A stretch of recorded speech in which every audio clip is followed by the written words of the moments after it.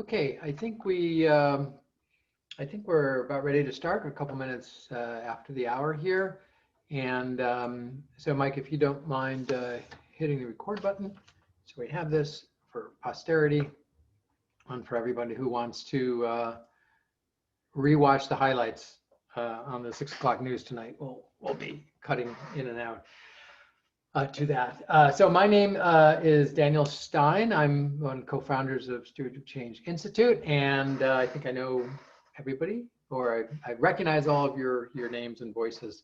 And welcome today to the second whole group meeting. We had our initial kickoff, we had our last meeting, and now we're back at it one more time, which is wonderful. It's incredible how participation has occurred here. People are really stepping forward to stepping into the conversations, and we'll have a chance to dive into that a bunch more today as we go into it. And so with that, let me just share with you the agenda for today. And a couple of housekeeping things as we get started here. There are some people continuing to come into the call here, so we'll just keep adding them in. So we'll do just a few minutes of overview, stage setting, and then we'll have a invocation, which we'll start the day off with here today.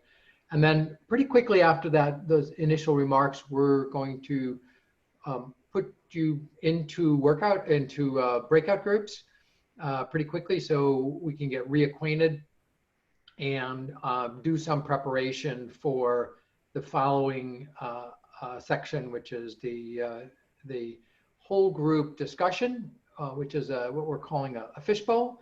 I don't know how many of you have been in that situation before, but we're going to try something new here online, which is just a different way of holding the conversation.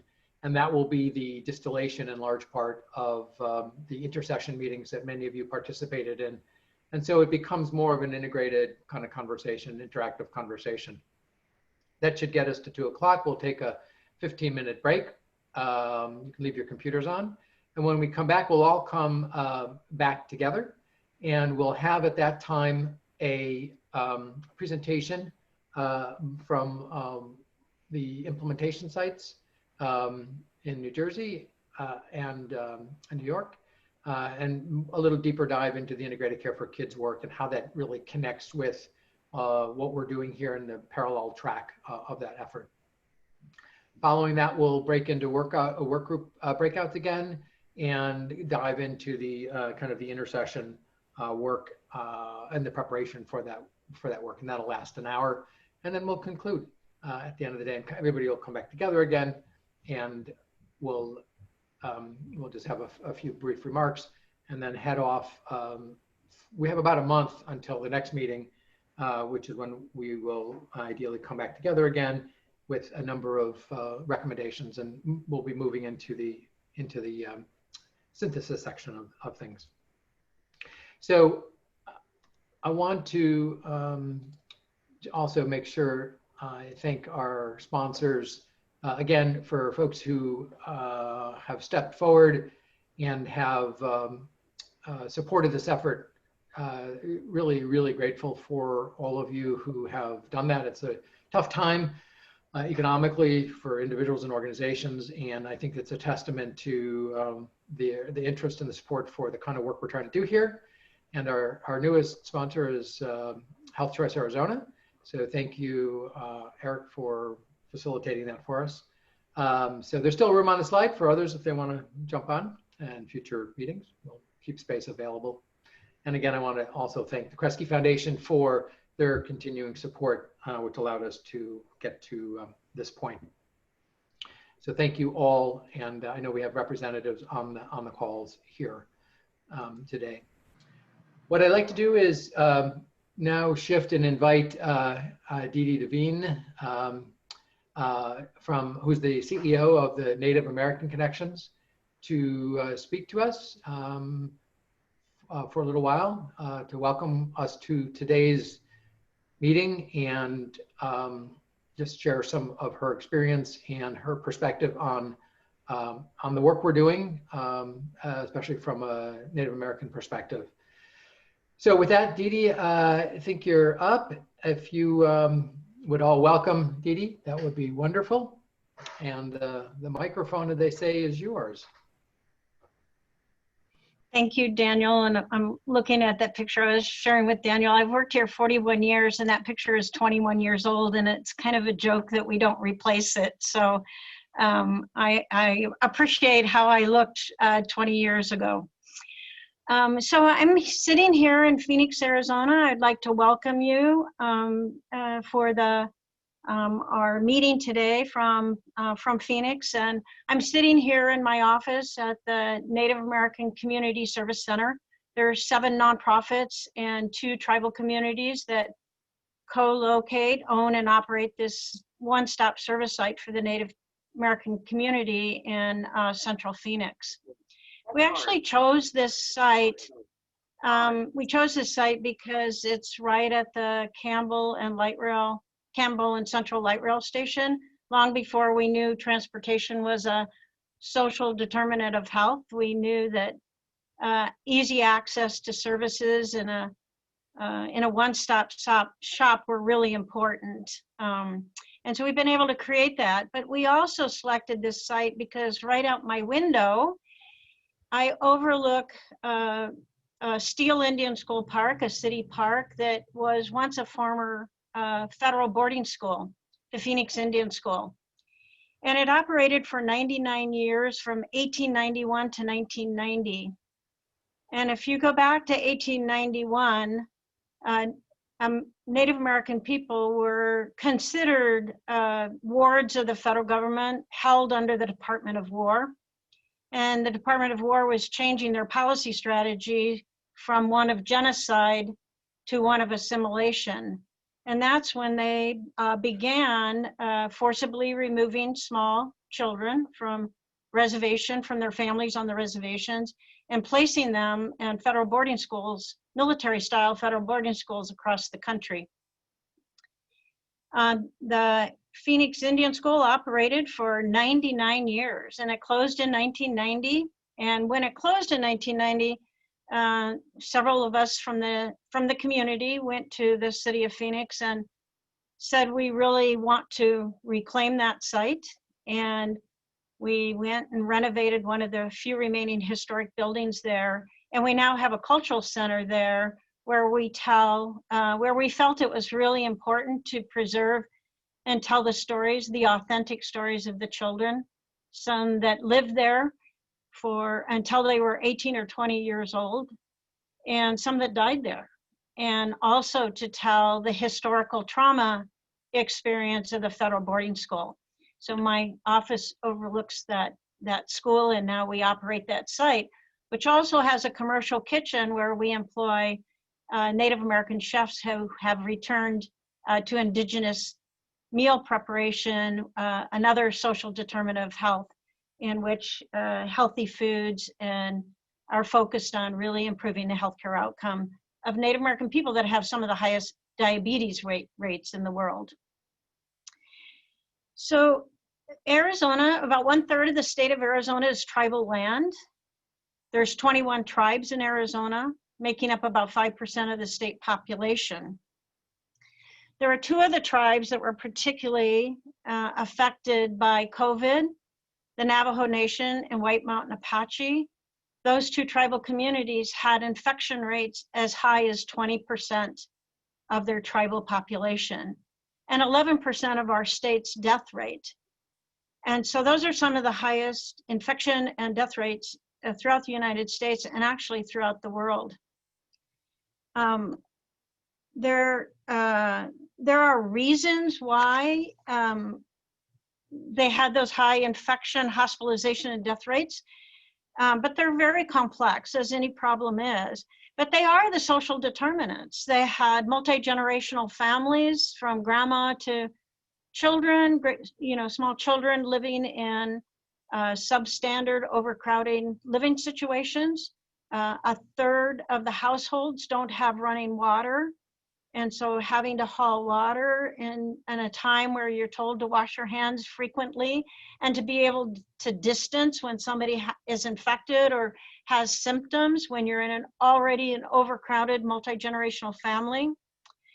70% of the roads are unpaved in Navajo, and so you have large, difficult distances to travel for supplies, PPE, cleaning supplies, food, fresh foods. Generally, you had to drive hours for those supplies to border towns, making it very difficult. So that we're an organization of about 200 employees, with about 75% of our employees Native American. And so not only was it difficult, you know, in the community, the tribal communities themselves, but there's this interplay between those who live in the urban area and those who live in the reservation. And so we had many of our employees who lost family members, and many of our clients who are suffering right now from the loss of sometimes 1, 2, or 3 family members.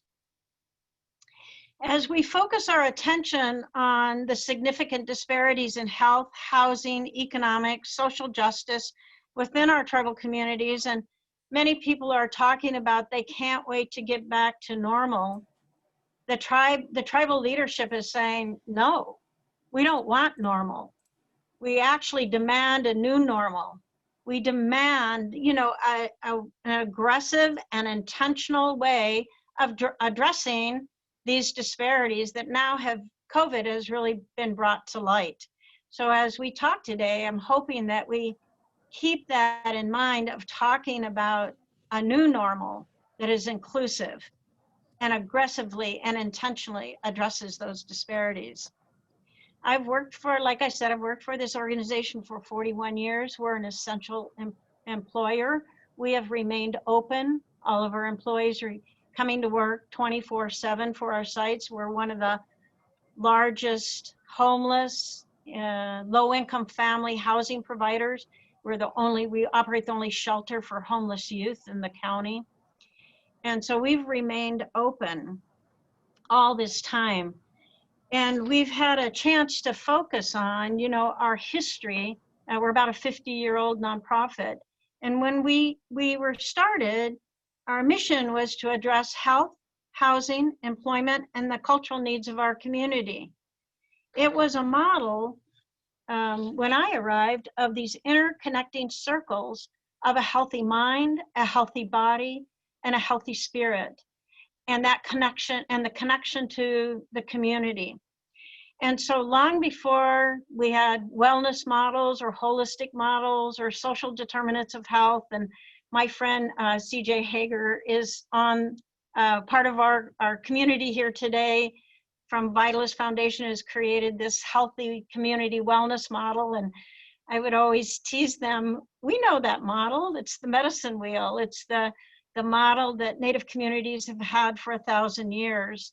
And so that, you know, that the way the community looks at itself in terms of addressing, you know, community needs, we, you know, one of my largest concerns is that how funding comes to us in these service and compliance and funding silos, and how organizations structure their services around these silos, rather than looking at meeting the needs of the individual and the families, you know, across those different service lines and disciplines. I also knew that as we were growing and we became larger and we were adding to our services, that the data collection would become much more important. Phoenix has about 120,000 Native American people living here, one of the largest urban Indian populations in the United States. And I really knew that as we grew, we were going to have to really start collecting data, and that we were going to have to look at the research that really drives our work and drives our service models. But as we were looking at national models, they didn't include, you know, a lot of research and models did not include minority populations, and particularly Native people from the southwestern part of the United States. And so we then reached out to our tribal leaders and our tribal elders and our healers who have the knowledge. They're the knowledge keepers of 1,000-year-old best practices that have healed and served tribal communities for us, 1,000 years. And so we began looking and integrating both Native American traditional healing practices with our national SAMHSA requirements and HUD requirements of models that we were supposed to use, but giving validity to our cultural service providers and our traditional healers, the same validity that we would give a medical doctor or a PhD or a psychiatrist in healing. And so that full integration of using our best research models integrated with 1,000-year-old traditional healing practices has really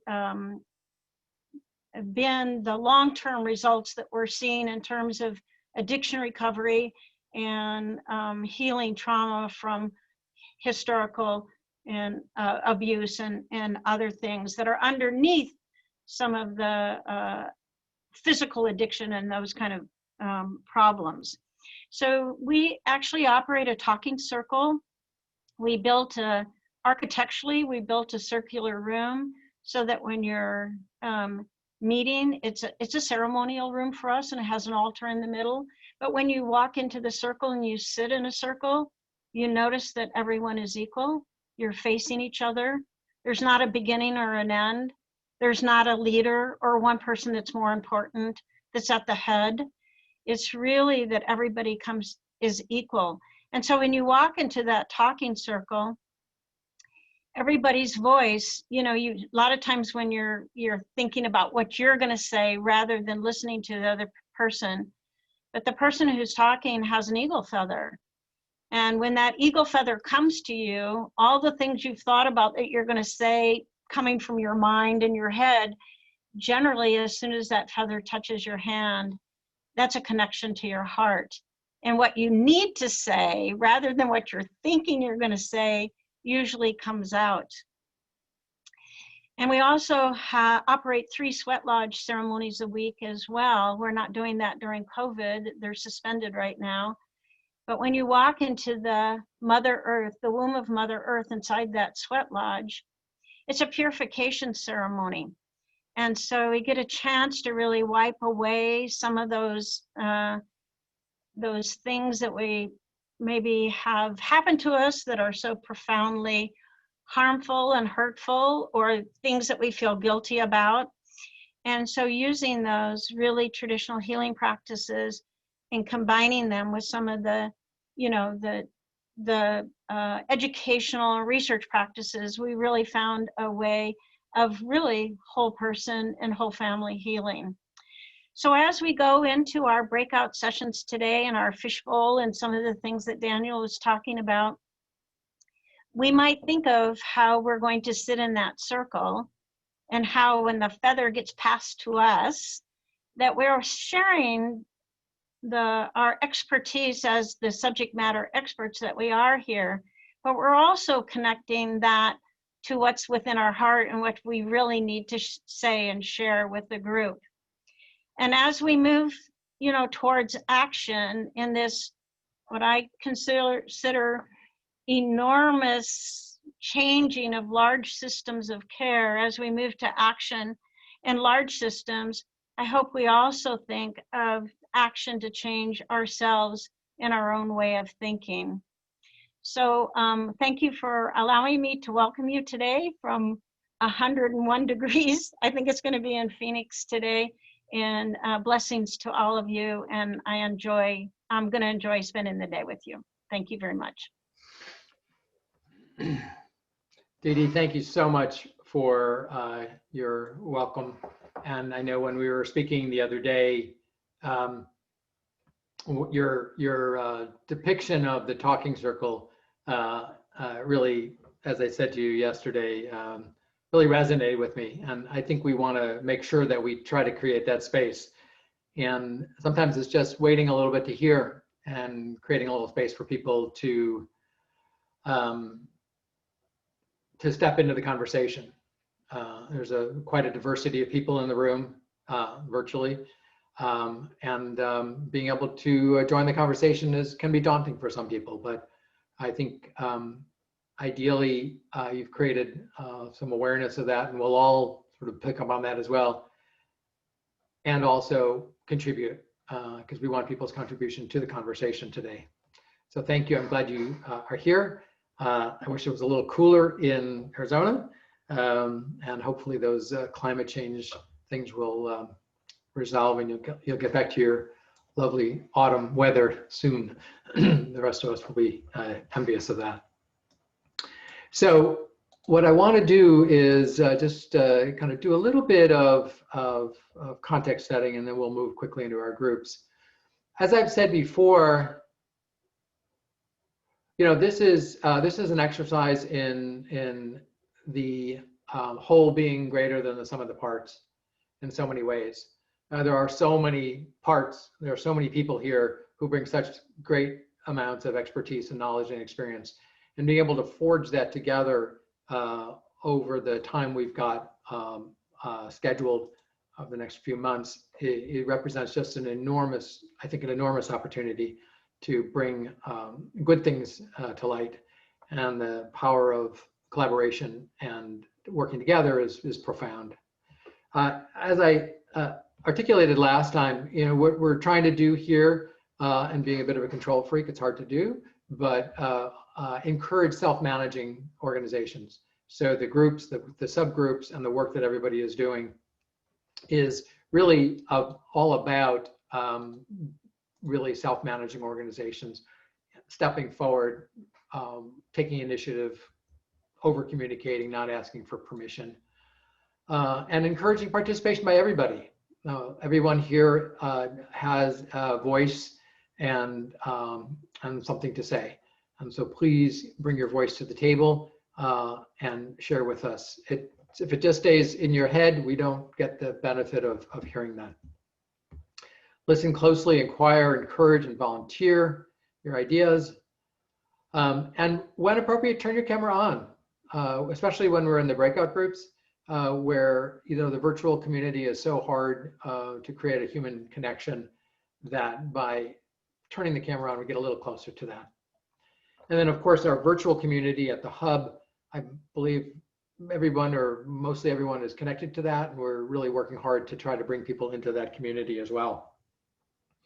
And so I just offer these ideas up as we go forward and think about roles and opportunities together. Now, I don't need to recap the challenge ahead of us and the challenges that we're seeing all around us. Every day there's more reports. Don Barr and Josh shared some resources yesterday from the Lancet and from Kaiser Family Programs about just the extraordinarily disproportionate impact of COVID on African-American populations. I believe there was a number, something in the order of 29% of African-Americans said they knew somebody who had died from COVID, which is twice the level of the white community. We see it all around us. Nothing has gotten a whole lot better at this point in time. So I think our goals are all the more important to keep in mind, really to improve health, safety, well-being, and equity by really looking at some of the systematic changes that are needed to address racial justice and economic disparities, particularly for underserved populations. How we're doing that and what exactly kind of where we're looking from a preventive perspective. There's so many things to do, but we are obviously looking upstream and looking at preventive and looking at that space where information is shareable for all the right reasons in a responsible manner across multiple domains. And that's what we're thinking about, is kind of upstream prevention. How do we connect relevant information to make the kinds of connections and the kind of decisions that are necessary from an upstream perspective? And then what do we want to deliver here? So identify and through the group work here, for all of you who have been participating so far in the workout, in the breakout sessions and then the inner sessions, we're moving towards this idea of identifying actionable recommendations, things that can be done in specific locations, also from a sort of on the ground level, but all the way up as well to state and the federal level. So that from a policy perspective, some of the things we're talking about, I know some of the groups are engaging in some very substantive conversations, and those are things that happen at multiple levels. So ideally, our recommendations will come to affect all levels at the local level where it's implemented, state level, and at the federal level as well, and the community level. And Dr. McCoy will share a little bit more with us, and Paul Messenger from Montefiore, New Jersey, will share more about that after the break later from the work in New Jersey and New York around the integrated care for kids. So just a bit about the logistics of where we're headed over the next couple of weeks. November is really focused on starting to create those actionable recommendations, coming out of today's meeting, kind of going into today, and then coming out of today, we're moving into that. So we're sort of bending the curve there. And we'll be talking a little bit more about the proof of concept, as you'll see.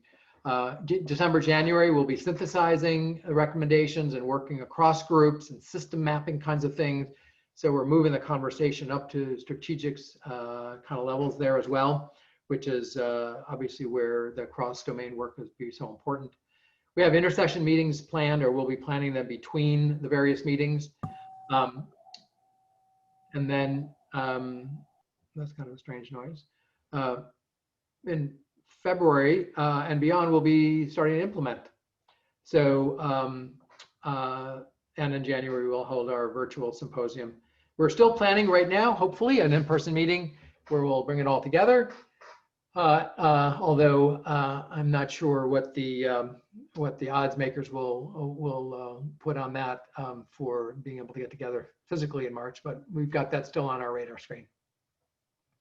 Just a few more points I want to make here before we move into the groups here. One is these are the group leaders, and people have stepped forward, given everybody's busy schedule, to help lead and co-lead and also support the groups. I know that all of the groups have met, and there's been some real substantive work that's gone on, and that's in large part to the leaders, but also to the participants who've showed up. And I know people's schedules are incredibly busy, but this opportunity to share and learn from one another is quite extraordinary. Most of that material has now been posted on the hub. So there's a Google Doc there on each of the group sites with the notes. So we can begin to asynchronously look at what people are thinking and start to do some of the cross-domain work as well.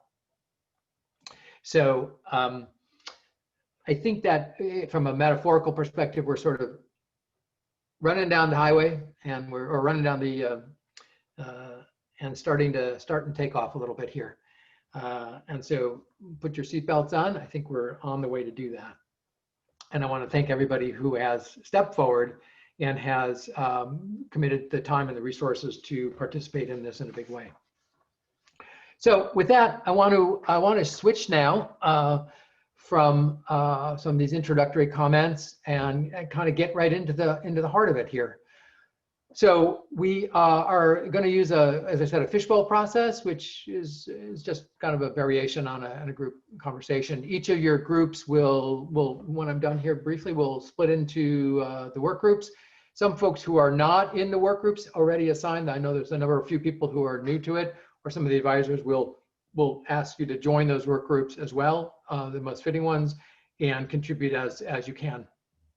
When we come back, we have about a half an hour for the preparation, and during that time we'll go into we'll ask each of the groups to have one representative along with our facilitators, and each group member will present on at a time one of the topics. So I know many groups have done a lot of prep work, and so we'll be addressing each of the questions at a time, and then we'll move to the second and third and fourth question as well. So as opposed to a sequential sort of presentation, 10 minutes each, we want to see if we can actually engage in the conversation and bring in other people's thoughts about those particular questions. And then we'll open it for other people who want to come into the group through chat or through raising your hand or just sort of bringing your perspective to the table. So ideally, we'll begin that synthesizing and hearing other perspectives there. The workgroup huddle, the questions that we ask you to do with your liaisons and with your team leads are work that you've already done. Most of you have already looked at that work before. So it's an opportunity to reconnect, do a quick check-in with everybody. You may have some new people there, so do some introductions, bring people into the conversation, and then kind of review what you're thinking about relative to these questions, and whether or not you have a consensus opinion, and what you would want to say to the larger group, so that we can, when we get back together in about a half an hour, we'll be able to succinctly deliver that information. You can do it via just explaining it or speaking. I know some people have created slides, and if that's more comfortable for you to at least share your perspective on that particular question, we'll go with that.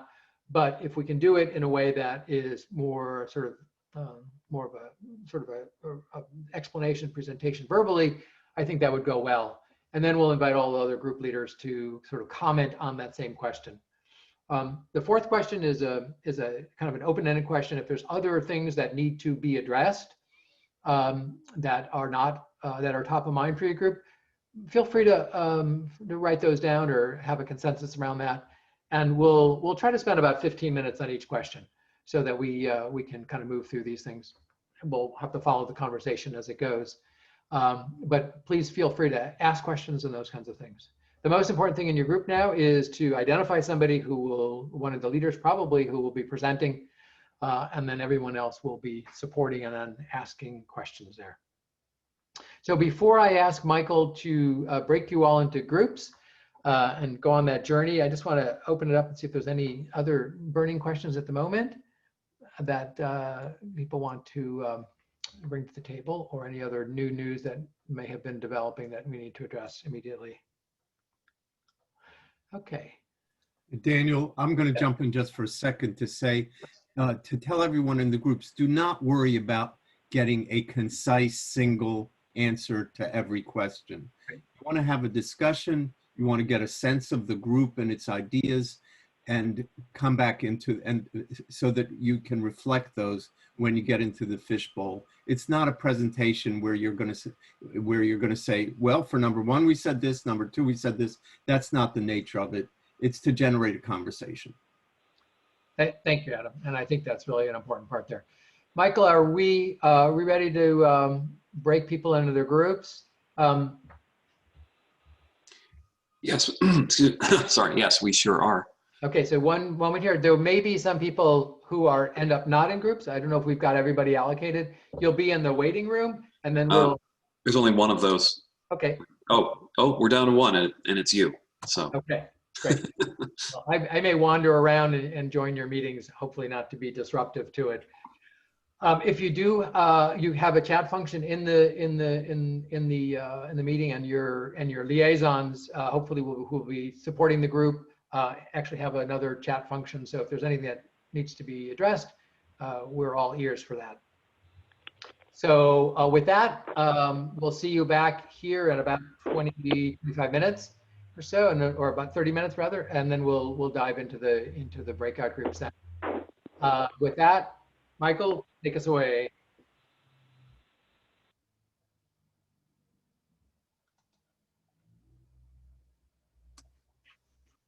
Okay, looks like the green lights are lighting up, so we're good. And there we go. Okay, just me and you. Are we, I guess it doesn't matter if we have our slides up on this, right? It won't interrupt other groups. Yeah, we could leave it unless you want me to go back to, or I think you have control to the opening screen, but whatever you want for when they come back. That's probably the best. I'm going to pause the recording here. Yep. So I think we have, I think if the folks who are speaking can identify themselves, I think, I don't know if you've given names to Michael yet. We'll make sure your pictures are located on the upper, on the screen here, and they should stay pinned up there. So the folks who are most, who will be speaking first will be up there so we can see you, which will be a nice thing. So do we have leaders who have been identified to, who are going to lead us through this first part of the conversation? Raise your hands. Cheryl, you're our fearless leader. And Josh, for education, why don't you do the reporting, okay? Okay, I'll raise my hand for education then. Just voluntold. Excellent. Adam, are you? No, Cheryl Oh, will I'm sorry. carry the baton for us. Okay, who else? Although Adam, I'll need your support since I missed part of the call. Rachel, Cool. looks like Rachel had her hand up. Okay. Yep. Okay. Yeah, me, but with everybody with the group supporting. You bet. All right. Who else? Eric on neighborhoods, and I will be joined by various members of our group. Excellent. Who else? What? Bill, are you speaking for economic mobility? Yes, I guess I am. And what about, do we have legal?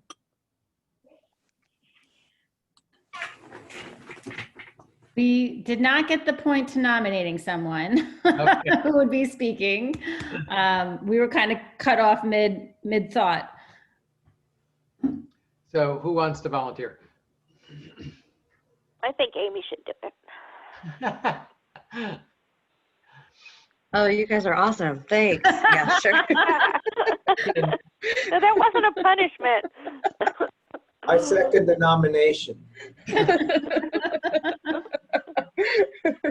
Sure. I'm good. Excellent. Okay. Well, you have, all of you have your teams behind you, so you're just leading the charge there.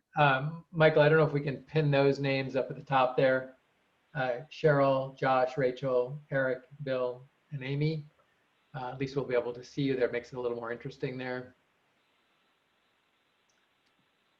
Yeah, I'm working on it. It's taking me a little time to scroll through all these screens. Okay, that's great. So while Michael does that, we will start off with the first one here. So as I said, we had identified these questions that many of you worked on during the intersession, and the questions that you got through. Hopefully, you got through all of them or most of them. That you should be prepared to talk about it. So we'll spend. I know we got to cut short a little bit on time here, so we'll maybe take it down to about 10 minutes or so for each question or so, if we can fill that time, and then we can move on to the other ones as we go forward. So I will do that, Cheryl. I'll give you the notes there. Let me just get a second here. So why don't we start with the first question here around just the level set from your group's, your work group's perspective. The first question up here is really important as we think about which systemic SDOH issues have had the greatest impact on one or more of the Thompson family members. And I guess I would just say as a starting point, you know, we've had a lot of conversations around the Thompsons. They were a very challenged family. There are a lot of things going on in that family. It's a scenario, but as Christine will share with us, in New Jersey, and I'm sure Paul in New York have hundreds of thousands of people who look similar related to those people. So we want to use them as a kind of as a model and look at what needs to happen on literally on the ground level, but at the street level on implementation, but then also from a macro perspective, from a prevention or early detection perspective. So with that, do we have a volunteer for the kind of perspective on the first conversation here? And I'm going to stop my screen for just a second so I can grab something. Oh, Adam, you're gonna send Cheryl the notes that we've taken before? I did. Okay, great. Perfect.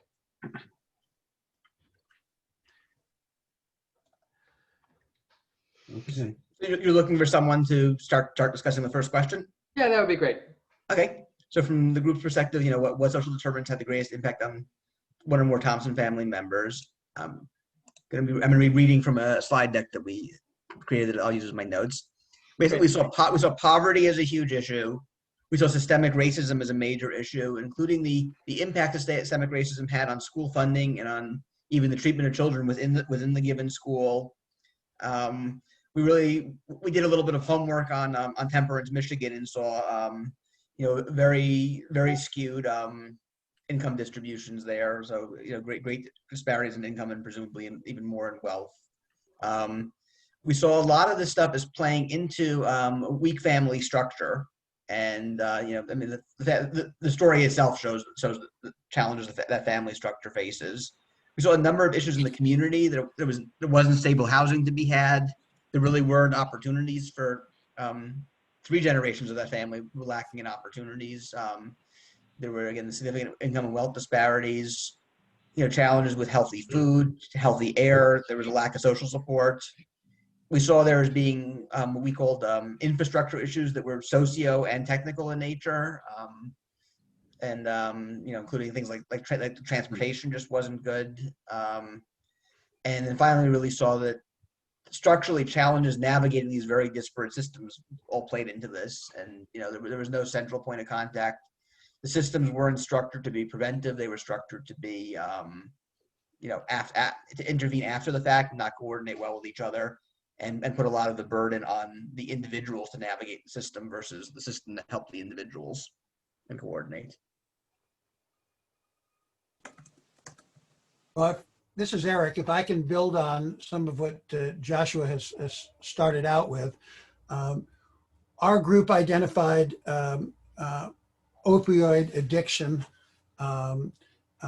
as a major impact.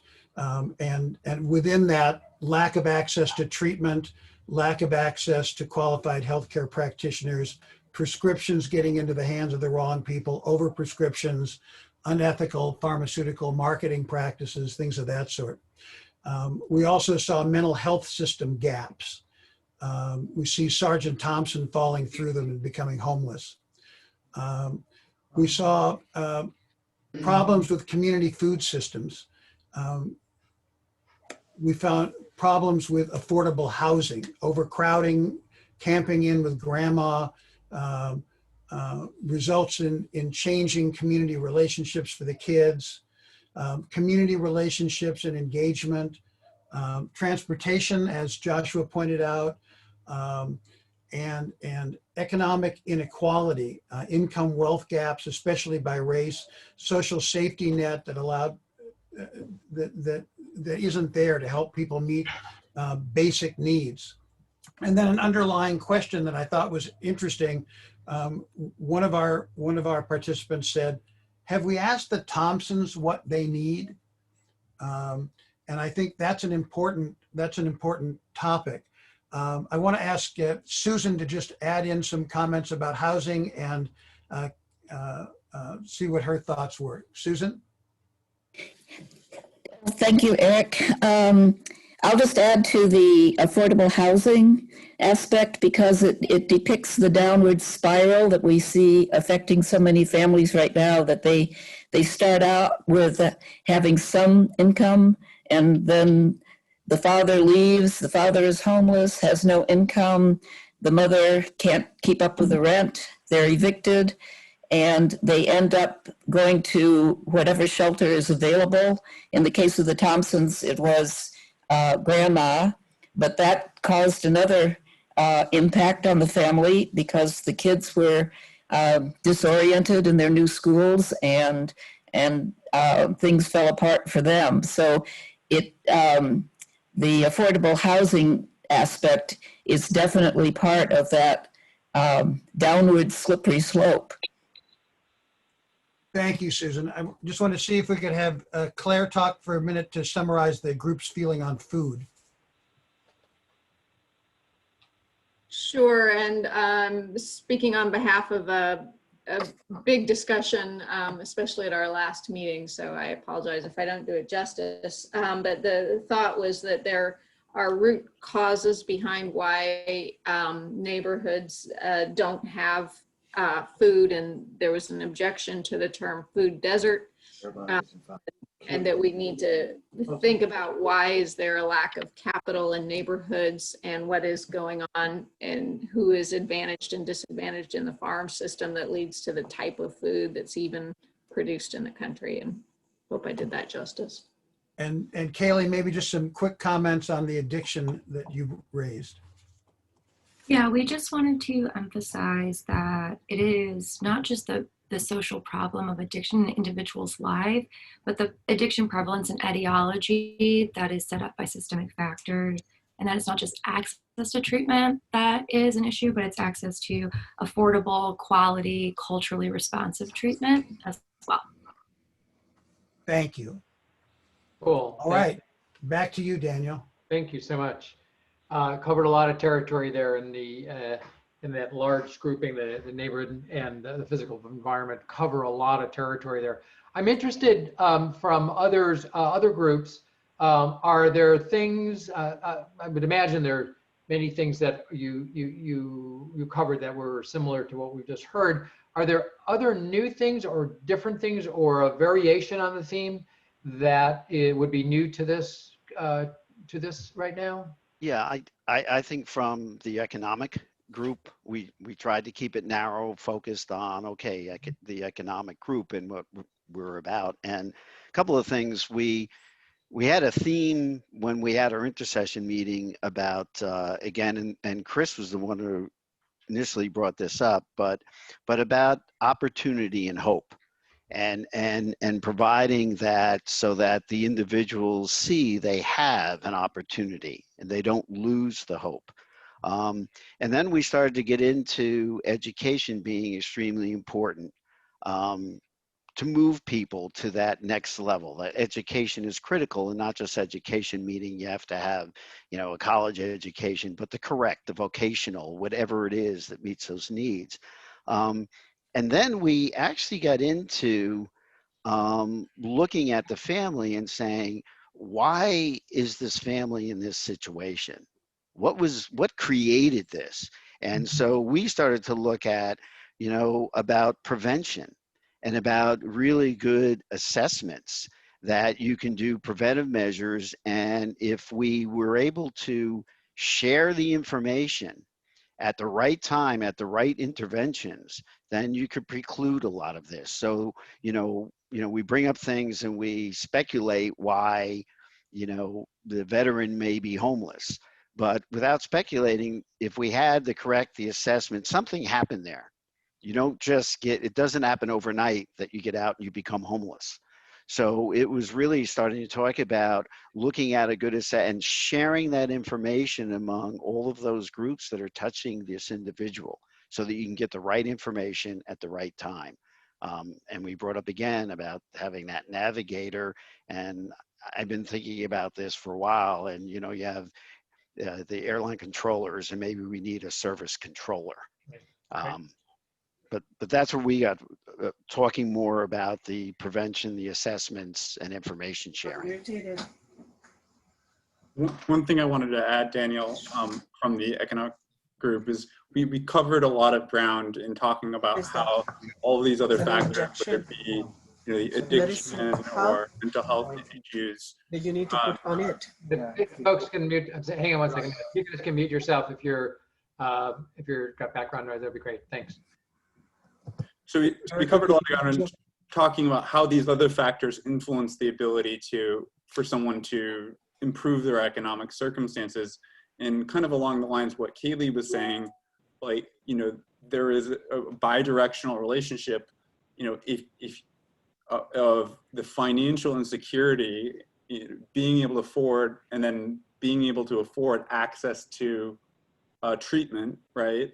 And so someone said that there needs to be kind of a sustained kind of baseline infusion of money so that people can get the treatment, they can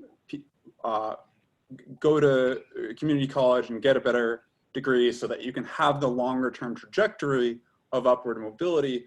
But in order to deal with all these other issues from childcare, mental health, and addiction, that there needs to be some kind of baseline, right, of that will allow them to just get off the hamster wheel and to be able to tend to all these issues that shape full wellness and to create a more upward mobility trajectory.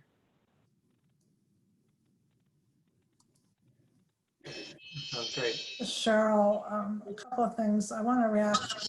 I think it was Matt just talking about junior college, and it may have even been at one of your meetings, Danielle, where the Robin Hood Foundation had done studies showing that if they could get people to just finish junior college and not be disrupted by, you know, financial challenges, having kids, all kinds of things, that their trajectory was just so much more positive. So I just really want to applaud that.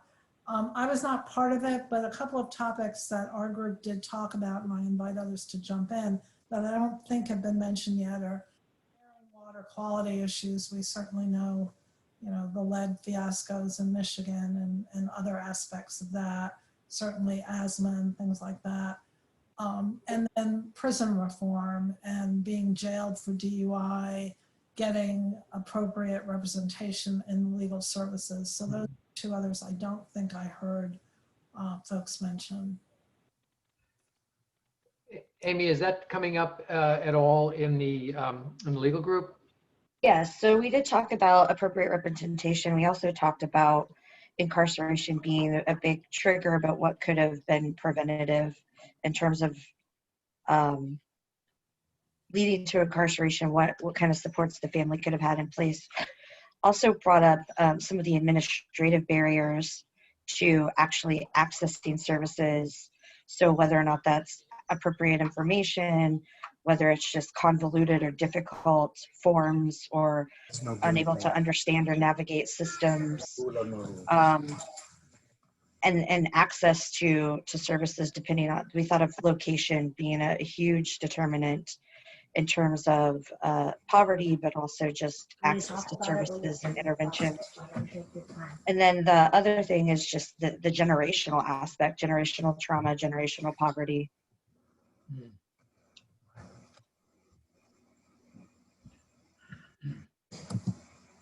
Before we sort of pivot to the next question, I'm interested in, again, whether or not there's other things. We covered a lot of territory. There's a lot of stuff the family's dealing with and addressing here.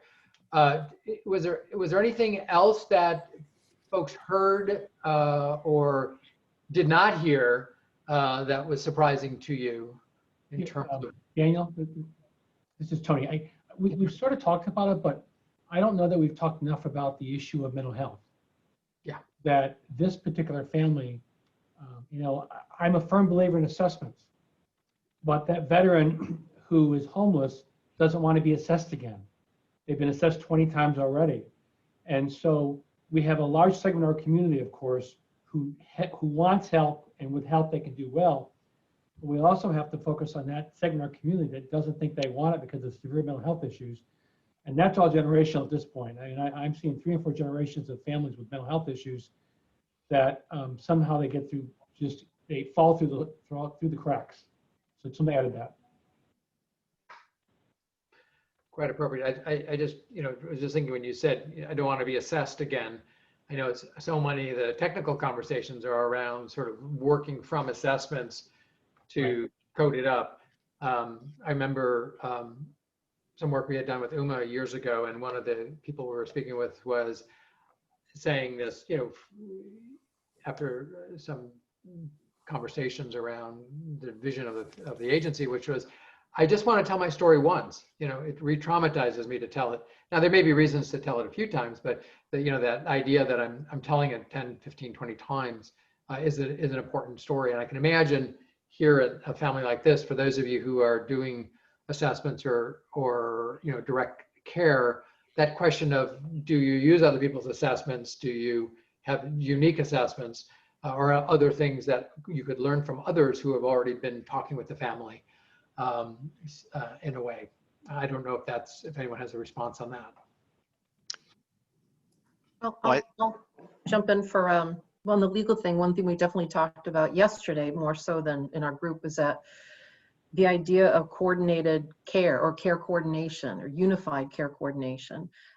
As someone referenced earlier, yes, there are many families or many individuals have their lives intersect with lots of different systems. And one of the biggest challenges, and I can actually say this as a former foster parent of a child with severe and persistent mental health issues, it was really hard carrying the water around for this child's story to every single different system that interacted in her life. So the idea of coordinated care, well, universalized care coordination is having one point person for the family or the individual and the family to be the traffic cop or the traffic controller for all those different systems. Because as we know, just being poor in and of itself is, anxiety producing, trigger or stress. And it's a full-time job trying to stay on top of all the various programs and rules and eligibility and paperwork and, do that without a bus, right? Or without a car.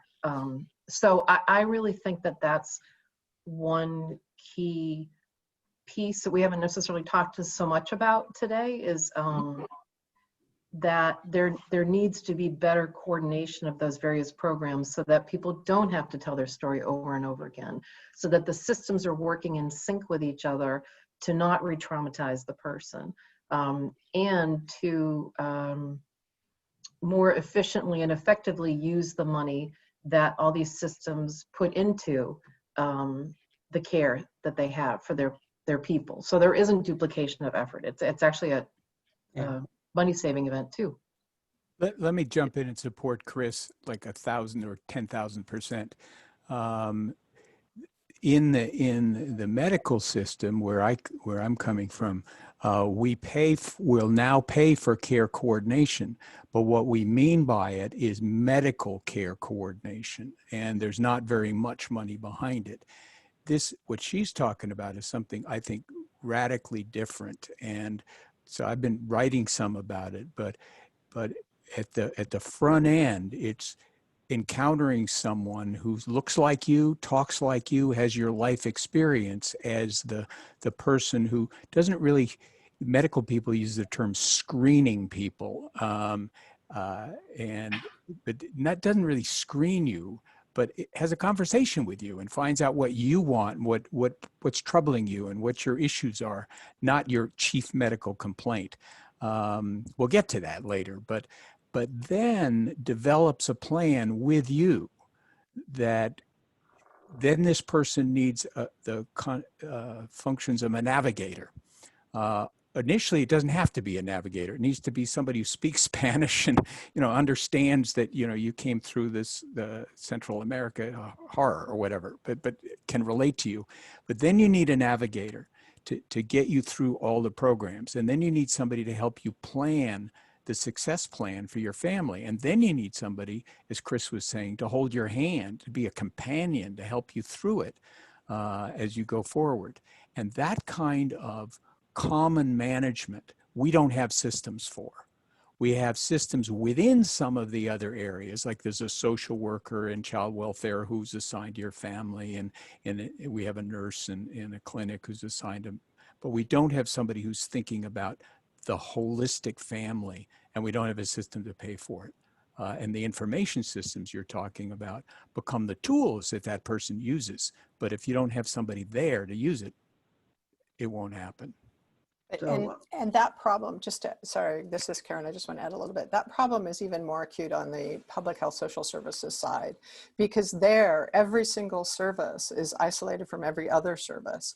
And even if you're all on the same campus, a person may have to go to 4 different front desks for each of the services, and they may not even know which services they should be getting. There's very little along the lines of centralized intake, and that's the sort of thing that community navigators can actually help people with. But really, on the system side, we control everything. We control where we provide services, how we provide services, when we provide services, who can have those services, and disempower entirely the people that we're providing the services to. If I could build on to what Karen just said, I would just say that role of the community, of the central navigator or coordinator, not only do we need the role, but we need it to be funded, because things don't work unless there's money behind them. So it has to be a funded position. And second, in discussing the whole issue of intake, okay, we have these incredibly lengthy intake processes. And maybe it's time that we simplified it. One member of our group mentioned that what we should do is say to the family, what do you need? What do you want? Okay, and what are your aspirations? And we should start with those 3 questions, because it would humanize the process and also give us a lot more information than we get from the 15-page intake form. By the way, Eric, we're finding that people don't answer a lot of the questions until the 4th meeting when they've come to trust you. So your idea is exactly, I think, exactly right. Could I just point out that this is Don, that the concept of the family-centered medical home addresses these issues, and presumably this family is unmedicated, and there is a federally qualified health center in their community, and that health center is required to establish the family-centered medical home model, which includes a team of physician, nurse practitioner, behavioral health, and social worker and or community health worker. So the model is there in the healthcare system in the family-centered medical home. Whether this clinic is actually able to do that is another question. Well, this is Cheryl, if I might. I mean, I'm a huge supporter of health centers, but I think there's a big difference between reality and what is mandated for these groups.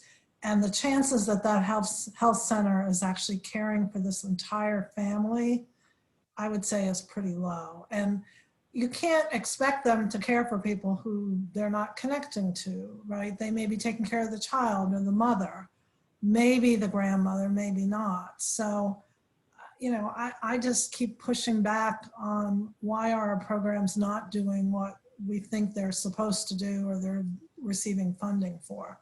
But they're not touching that whole family, I guarantee it. Well, and why are we expecting healthcare? Why are we expecting the healthcare sector to do all this is my question.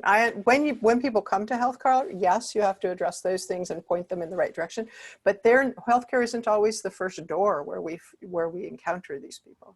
Our society likes to medicalize everything. So it's only about 5% of the people. Yeah, and even when healthcare is a point of entry, let's keep in mind the workload on those case managers is overwhelming. I mean, I work in the Medicaid space. I see this every day. These case managers and care managers are working 12-hour days and still not being able to see all of their clients. So, yes, technically, the statement is correct, but in reality, it's a very, very stretched system. We've medicalized everybody's problems, right? So now we need to give the medical system has all the money. So now we're trying to redistribute the money to the social service system through the medical system. I don't understand how that's going to happen. But by the time you get to the medical system, you're already not in prevention mode. I mean, unless you're doing primary physicals or something. Most likely you're getting there too late. Actually, one of the questions in our group is whether the education system could be one of the front doors, and should there be a central point of contact there? Should there be liaisons to other social services? No, I agree with all that. I was reacting to the comment about the health centers having care coordination, which they do. I will guarantee you that at least half the programs touching this family has a mandate for some form of coordination, but we don't coordinate the coordinators either. No, we have 6 coordinators. They all have a coordinator. People are making a living by treating these people, right? And by servicing these people. This is an employment strategy. What I'm seeing looking at the chat also is something very, very parallel to what I've seen with work with sexual assault survivors, which is this feeling that you have to retell your story, you're traumatized over and over again. The people listening to your story aren't even trained to take your story, and there's almost this air of disbelief, like just trying to find a reason not to believe you. And I mean, I've heard over and over from sexual assault survivors how the re-traumatization is worse, is really, really terrible.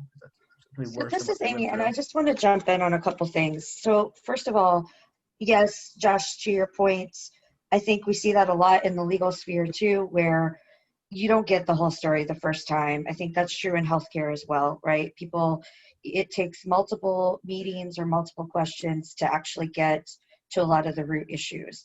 But I think one of the things that, so when I was working at Legal Aid in Rochester, Minnesota, they had this thing called the Community Information System. It was run through the United Way. And if somebody intersected with a community agency, so whether that was a government agency for food stamps, whether it was like Three Rivers for housing, something like that, that it all went into the system and people didn't have to tell their story, at least the basic facts over and over again.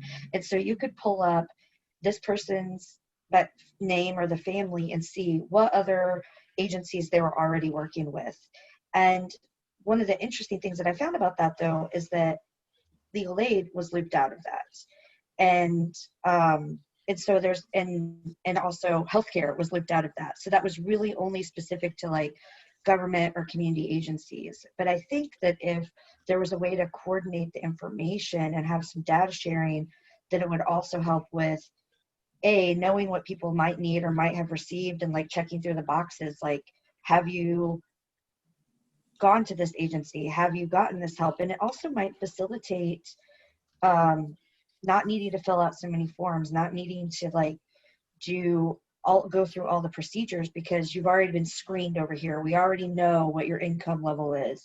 We don't need your paycheck stubs again. We don't need to know that you really need help again, because this agency already pre-qualified you, those kinds of things. And I wonder if there's a way to look, instead of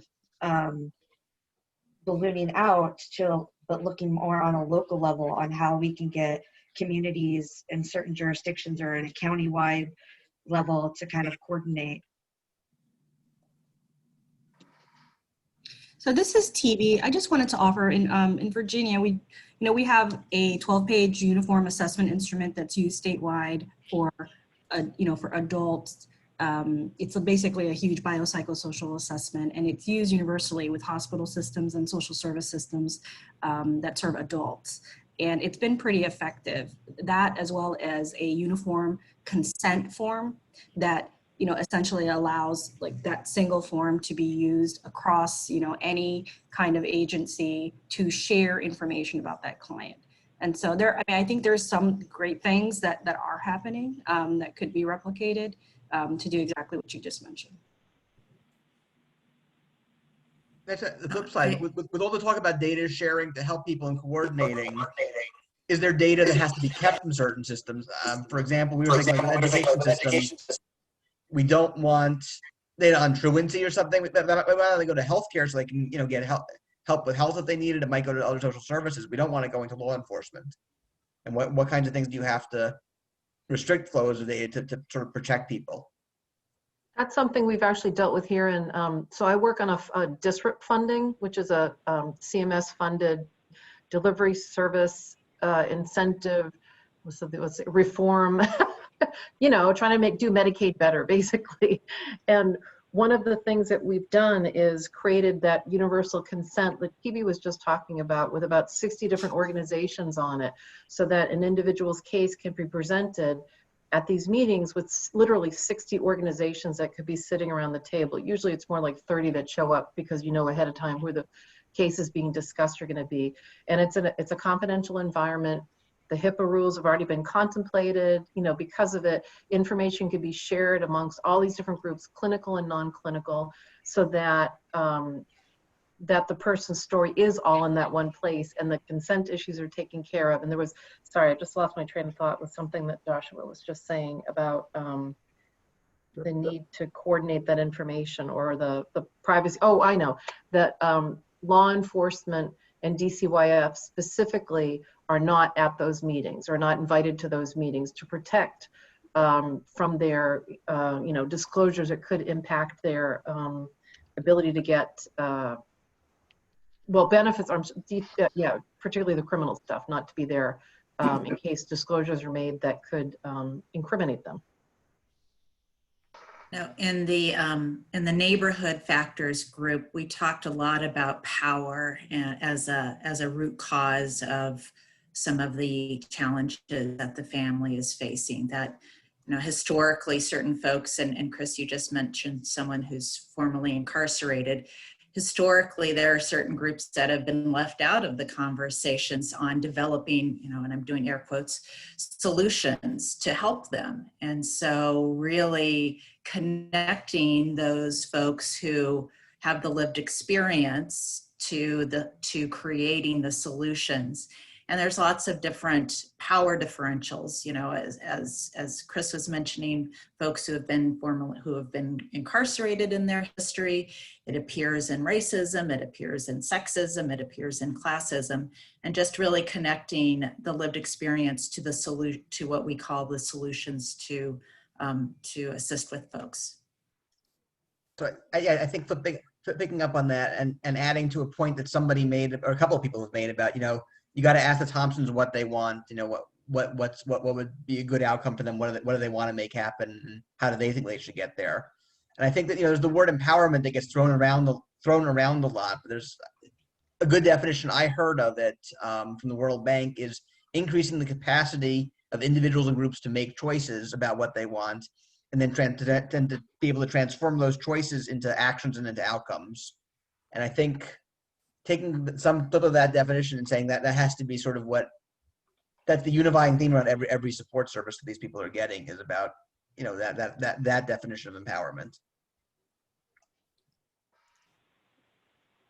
Well, if Umar on the line, which I think she's not, you know, I think her passion that I've shared is asking the family what they want, sort of adding up the resources that could be available and letting the family make the decisions.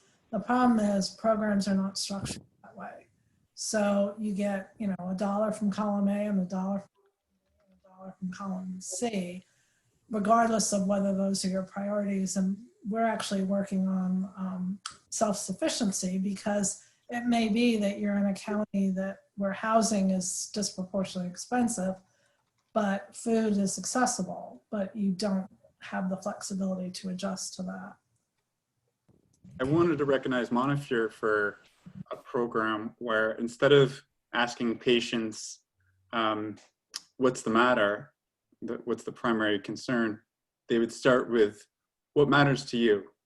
And that would provide that space along the lines of what Josh was saying, for them to say, oh, you know, I'm here because of my diabetes, but I'm really worried about being evicted.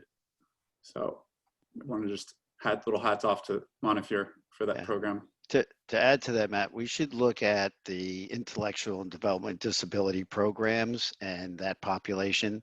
They're the trailblazers. They were the first to do self-directed services in the country, and they were the first to do person-centered planning, which is exactly what you're talking about. You ask the person what they want to do, what they need, what their needs are before you do anything else. And they have some really great documents out there and everything about person-centered planning and self-direction.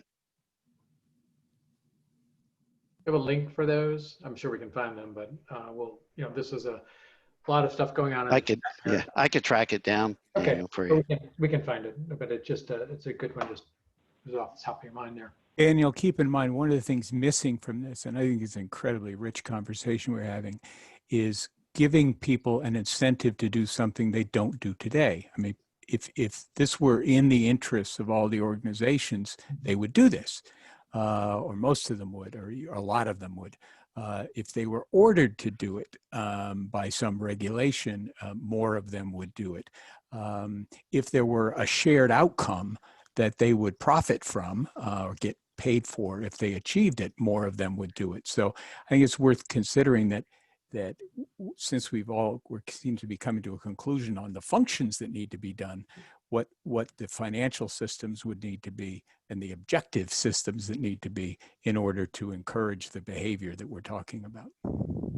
Yeah, I would agree with that. As far as, you know, federal government and contracts and grants, is to be able to put in different mechanisms, whether it's, you know, in the areas of data sharing, some data standards or incentives to share and you know, provide some funding for that, especially around grantees and trying to you know, incentivize them to cross to different domains. So I would agree with that, and I think they have, you know, a lot of the ability to kind of bring people together and you know, push it on those types of requirements.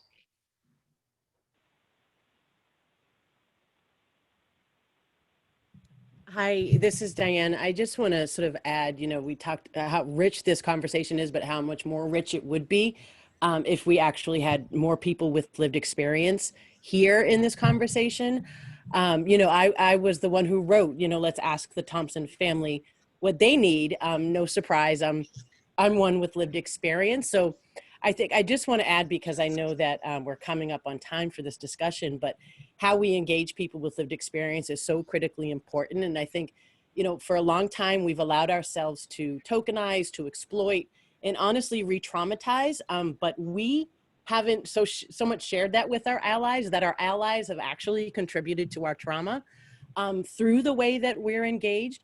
So I just, you know, I think sometimes even with the best of intentions, there are unintended consequences that, right, that I might be able to identify, but nobody's asking me because nobody's really engaging me in sort of the planning process, because I see this a lot, you know, and I get timelines, and I get that there's always so many, you know, there's moving pieces, but the first thing that seems to go out the window, even in discussions around equity, when we're under tight timelines, is equity.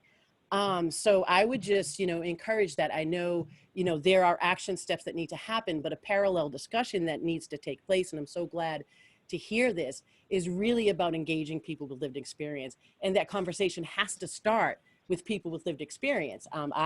You know, this is kind of what I do, and it takes time and effort. It takes relationships and trust. And it doesn't just happen like that. So, you know, I'm very encouraged, but I think in order to create more equitable spaces, we have to figure out how we bring people into the space, because there was a term I heard earlier on in the discussion, weak family structure. And to me, that strikes me because, again, I think I talked last time, when I walk into the room, I am the Thompson family. And when I hear that, I'm reminded that, or I question myself, is it me who's weak? Is it my family who's weak? And I'd say no. There are systems that have contributed to the experiences that my family has had. So I think how we think about and how the language that we choose is very important when we consider creating a space where we want people to feel welcome, and we demonstrate that we value their opinions and their ideas and solutions by actually compensating them for their time. Because I'll end here, even the discussion on, you know, who's being paid here, you know, for their time. And I get it, everybody's here on a volunteer basis, but I'm sure some other, you know, hat for the most of you, somebody's paying you. Nobody's paying me to be here. So I think that even the types of discussions, you know, to hear folks joking about, you know, income when I'm struggling right now. So I'll end there, but I just really wanted to sort of hone in on that and just really say how much I appreciate, because I know these discussions are not easy. I know I make people uncomfortable. I'm becoming more comfortable with that, because I acknowledge how important it is that I bring my voice into these spaces as one person, not representative of millions of others, but reminding us that there are millions of people, the Thompsons, who need to be in these rooms on these levels. Thank you. I would just say that I agree with you, but I would encourage you not to make the same assumptions that you think others are making. Just because people aren't talking about their lived experience doesn't mean they don't have them, and it doesn't mean that they're not here. And so I can guarantee you there are other people with lived experience on this call right now, but that doesn't take away from what you said. It's always good to bring more in to the extent that it's possible. Thank you. I also represent the Thompson family. I also have lived experience, and I am grateful that I can participate here. Yeah. Thank you. To support what you said, Diane, but to add something to it. One, every budget I've been doing the last couple of years has a line item for paying people to participate, community people, for exactly that reason. But beyond that, if you go back over this conversation, you'll see we've been talking about focus on the family, which is right, and on individuals, designing it around them and their needs. But then we're kind of automatically going to agencies. That's not what happens in the real world. These communities are not destitute of assets. They're strong groups in the community, churches and organizations and networks and friends. And that's where people go first. They don't go to the child welfare agency first. So as we think about empowering people and adding capacity in ways they want, we need to think about peer support and other community organizations that are not official NGOs or official agencies.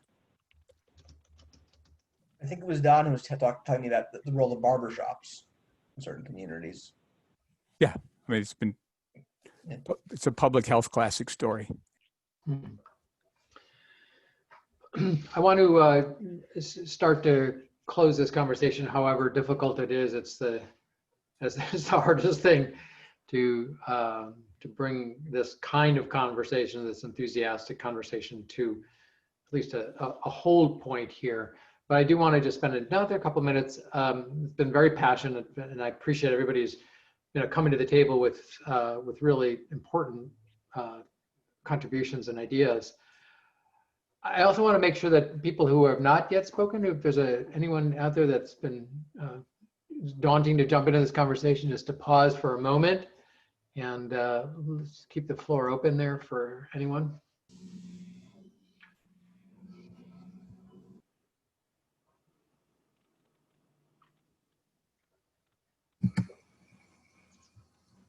Okay, no wallflowers. But I do appreciate it if folks do want to come to the table, certainly the chat, and we will, the chat will be reposted, we'll download it afterwards. It's a wonderful part of Zoom here as we captured part of this conversation. It's been very fervent off the side of reading and listening to it, which is great. I think while we started at one question, I think we touched on a lot of the questions, which is not surprising and wonderful to see that. One of the things that strikes me in some of the conversations I've been having last couple of weeks we've been having is kind of from a systems perspective. I mean, we looked at in particular, the Thompson family because of the complexity of it, because everybody would hopefully see a part of themselves in it or the work they do in it or with this family.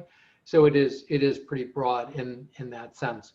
But thinking about how do we then take this rich stew of ideas and passion and insights and experience and begin to distill this. I'm not even sure distill it, maybe even just organize it further. I mean, we've tried to, we started a very simple, 6 groupings, and we can see how this blends across and how everything affects everything else. I think Chris Tappan and I were speaking earlier in the week, and Ruth just spoke up about system mapping and kind of being able to see this work from kind of where we're started and where we're going, what the to-be state might be, and what happens with families and with individuals as we begin to make some structural changes. How do you do that? What might that future look like? And then we can begin to really craft the gap, look at what's going to take it, whether or not it's from a data sharing or funding models or legislative kinds of things, or just good practice showing how this stuff actually works. It's evolving, right? It's having all of these different topics on the table at the same time is overwhelming. And I'm sure families all across the country are feeling more and more of that stress every day as benefits and resources get thinner and thinner there. So I just want to call for any of our synthesis advisors to make any comments at all at this point. Otherwise, we will take a little break and then come back shortly.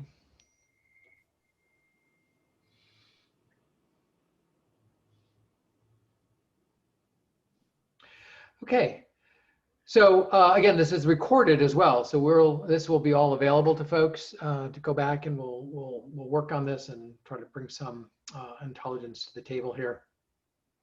Lots of topics to cover. So what we have now is let's take a 15-minute break. We'll leave the Zoom on. Get up, walk around, grab something to nibble on, bio break, whatever it is. It's now on my clock 2:06, so we'll be back here at just about 2:20. And so we hope to see everybody back here, and we'll dive into the next section. So Christine will talk to us a little bit more about the case, and then we'll dive into, and the work that they're doing. Actually, I shouldn't say the case, the work that's actually going on in New Jersey as an example of a lot of the complexity of this family is what the Integrated Care for Kids is actually looking at, trying to address. So I'm sure her head is exploding with the ideas in the conversation so far today. We'll come back, we'll do that, and then we'll break into groups again and start to move forward on this conversation in terms of looking forward into the intersection. So feel free to stay on. We'll leave the Zoom up if people want to chat. Or as I said, we'll be back in just 15 minutes here, and we'll continue the next section. Okay, thanks.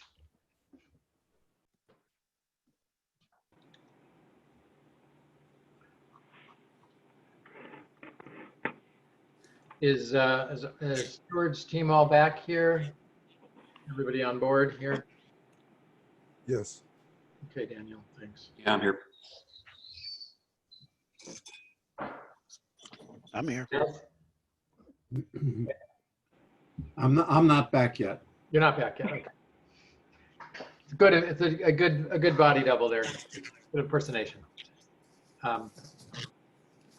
Cecile, Gillian, are you back? I have a twin brother. I'm back. Yes, I'm here.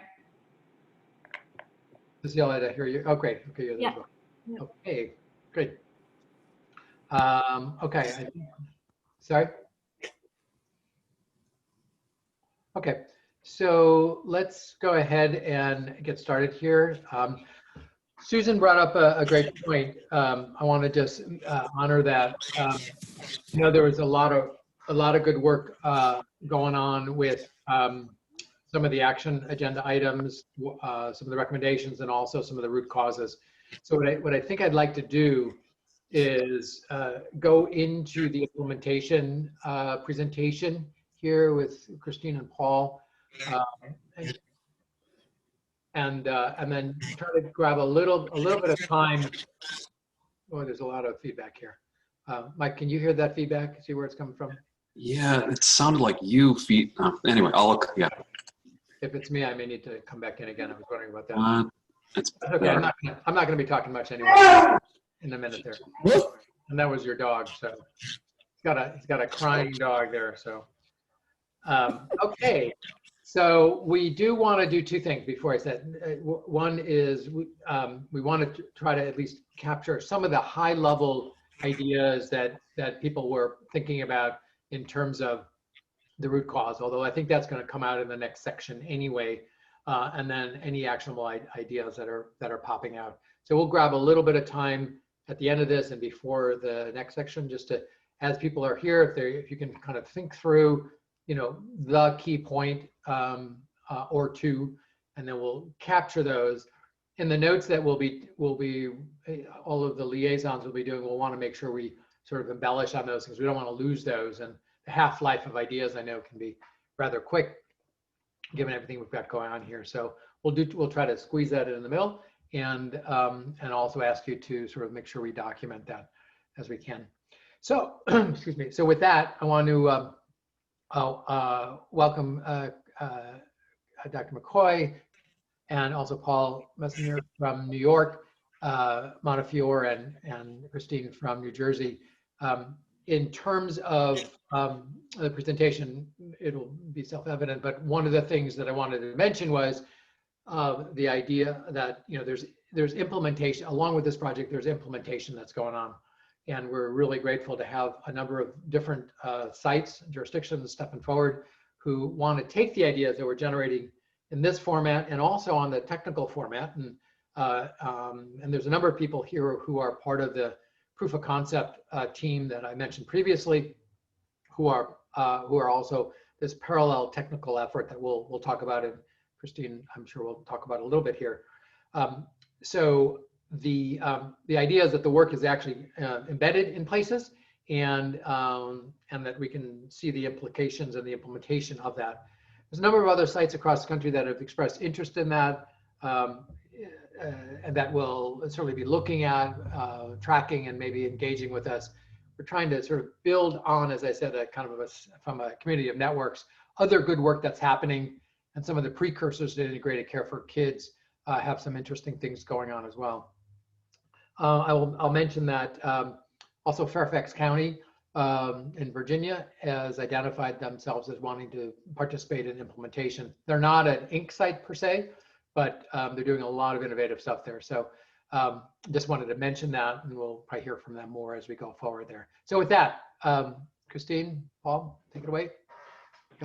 Great, thank you so much, Daniel. So as Daniel said, Paul and I are here to try to provide a little bit of a baseline in terms of one of the sets of projects around the country that really are on a very short timeline to start implementing everything that everyone is talking about today. And I hope that that will help to ground some of the discussions and inspire some of the discussions. But most of all, I just wanted to say that I am grateful to all of you for participating in this project in this very timely fashion, because it is going to just benefit us tremendously. And already I have so many notes, and we'll be reaching out to some of you today to ask if you're able to contribute in 15 minutes of your time or some of your documentation to our project. So just to introduce myself and then launch into the project. So I'm Christine McCoy. I'm a family physician, and I get to be the cheerleader for something called the Children and Family Health Institute, which is a community health agency embedded within a larger home health and hospice agency that's actually in New Jersey, Ohio, and Florida, but grew out of the original agency, started here in central New Jersey back in the 19-teens by a family that sort of, grew up with the Roosevelts and had connection to sort of that group of people where they were very, very connected to their communities and felt an important need to give back. And so here we are over 100 years later, still providing a lot of the same services. And what's so apropos to the discussion that was happening earlier today is that our organization is big enough that we get the public telling us how disconnected and siloed we are. It is quite common for recipients of VNA services to say to some of my colleagues, wait, why don't you know about my other VNA nurse who comes to visit me? Or why don't you know that I'm in this other VNA program? And so we were inspired about 5 years ago to really start working on interoperability internally. Unfortunately, we don't own our own data because it's owned by our funders, and that has led us down the path that we're on right now and into working with some of the other folks in our community to apply for this integrated care for kids grant. So why don't I ask Paul to introduce himself, and then what we'll do is we're going to just run through the structure of Inc. And give you a sense of how both New Jersey and New York are approaching this project. Thanks very much, Kristen. So I'm Paul Meissner. I work at Montefiore Medical Center. It's a large health center in the Bronx. And one of our arms is our care management organization that takes in full risk capitation to provide care. And we do this lots with the state and with Medicare and Medicaid programs. And we are the primary implementers of this grant. While I don't know if in Christine's situation it's the same, but in the Bronx and what we're doing, New York State Department of Health is actually the grantee and we're the subcontractor. And we're doing this integrated care for kids in a swath, the northern swath of the Bronx that covers 8 zip codes and is 143,000 kids covered by Medicaid. And I think we'll go into more of the program description as we go along, right, Christine? Yes, absolutely. So I think we can go ahead and advance the slides here. is I wanted to give, well, actually, we're going to come back to Thompson. So next slide. Thank you. Oh, and next one. I didn't realize this was duplicated. Okay, so here we go. So just to give some very broad background on integrated care for kids, this really is the first investment as a cooperative agreement of CMMI that is focused on kids. There have been many, many, many innovations in healthcare focused on adults, and particularly older adults with a lot of chronic disease. But kids, despite, as somebody said, Medicaid is very important to children, but children have not been very important to Medicaid. So this is where we're starting to hopefully change that paradigm. What's really interesting to me is that when you look at the intent of the integrated care for kids model, the main desired outcome is preventing children from being placed outside of the home. Now that is not a healthcare system outcome per se, but I think it sets the stage for what really sets this project apart and why it's so important that we have groups like this to inform the work that we do. And in fact, within our projects, because of this, we are not allowed to just do this project within the healthcare arena. We are required to work with a very broad set of core child service agencies, and to have all of them signed on as official partners working with us. The program is partially paid for by the cooperative agreement, but made sustainable by an alternative payment model, which each state, each project has to develop independently. And as Paul just said, they've got full capitation in the Bronx. We don't have anything like that. We're in the infancy of even any type of value-based payment in New Jersey. So every project is coming at this from a very different place. But it's a little bit odd because we've got to pay for a broad social project with healthcare dollars. Again, very apropos of the discussion that everybody was having earlier today. And as you can see, 8 of these awards were made around the country, 2 of them actually in Illinois, but bringing in the West Coast with Oregon and the Midwest with both Illinois and Ohio, and then quite a few of them on the Eastern Seaboard. Let me advance the slide. In New Jersey, we're specifically focusing on 2 counties as the pilot sites. And typically in New Jersey, projects are done in Newark, Camden, Trenton, the big urban areas. This one was deliberately chosen to be implemented in some suburban and rural counties that really have huge disparities in income and obviously disparities in health outcomes as well. So I think that's probably pretty different from Paul's situation of implementing this in the Bronx. We're going to compare to similar counties. Nothing's quite similar, but close enough. And again, we're funding this with an APM. We're not trying to save anybody any money. We're just trying to spend those dollars more smartly in this case, and really try to make the case in the longer run about the savings that are being made in the other sectors, so that if effective, the program can be expanded and be funded more societally and not just by the healthcare sector. Yeah, our approach. Oh, sorry. Go ahead. So our approach is a little different than that, as Christine was saying, because in our we're doing it across 8 zip codes in the northern Bronx, and that's only a portion of the Bronx, so it's not even a whole county. And our comparison group is a few zip codes also in Brooklyn, so but that's the parallel here. And one of the things that we're grappling with right now is that there are lots of different people providing services. So, and it's really a matter of coordination of services, so that, the other point I want to make is while we take full risk capitation, this project is based on geography. It's not based on the attributed population to your managed care company or your managed care efforts. So that is also a big issue for us. And that's one of the issues that makes it so interesting for me to be part of this data group. And Paul, how many managed care companies do you have for Medicaid in your geography? Well, we have probably 3 or 4 of them that are the major managed care plans, and especially for children. There are 4, I think, that are for children. Okay. We have a public system one. We have several Medicaid managed care companies, but one that's in the public system. Right, and we've got 5 Medicaid managed care companies that serve all of New Jersey, although 3 are kind of predominant in this region.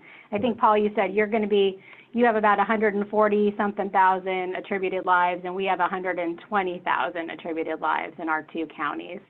So we're big projects. One of the Illinois projects has 7,000 kids. So, that's the other interesting thing about this is it's being done in very small settings and being done in very large settings. We can advance this to the next slide. The approach that we're taking in New Jersey to get started is based off the requirement of this project that all children be put into a risk tier. And those are defined by CMS. We didn't really have any choice about the way that those are defined, except how we implement it, of course.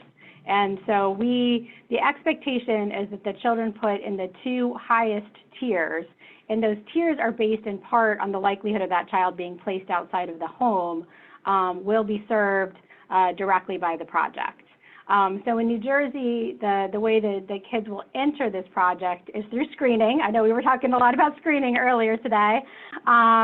And the screening that we're looking at for these kids is developmental, trauma, and social determinants of health. And while this screening may occur in their primary care offices, we know that is not necessarily going to happen for a lot of these kids. And so part of our project is also figuring out where the screening can be conducted. New Jersey is not known for the quality of its EPSDT visits. So, we're really going to be improving the quality of those visits here, and but making sure that kids who don't get to their doctor's office and don't get their EPSDT visits also get a chance to get screened and become part of the program. And from a financial standpoint, we're offering a small carrot to the providers to do the screenings by paying them directly for having the screenings completed and reviewing the screenings with these kids. So that's how we get our project started. I don't know, Paul, if you want to contrast what you're doing in New York. Well, we've organized our project now into work groups, and the work groups are populated by staff at Montefiore and staff at our collaborators. And we have work groups and we have a lot of social service collaborators.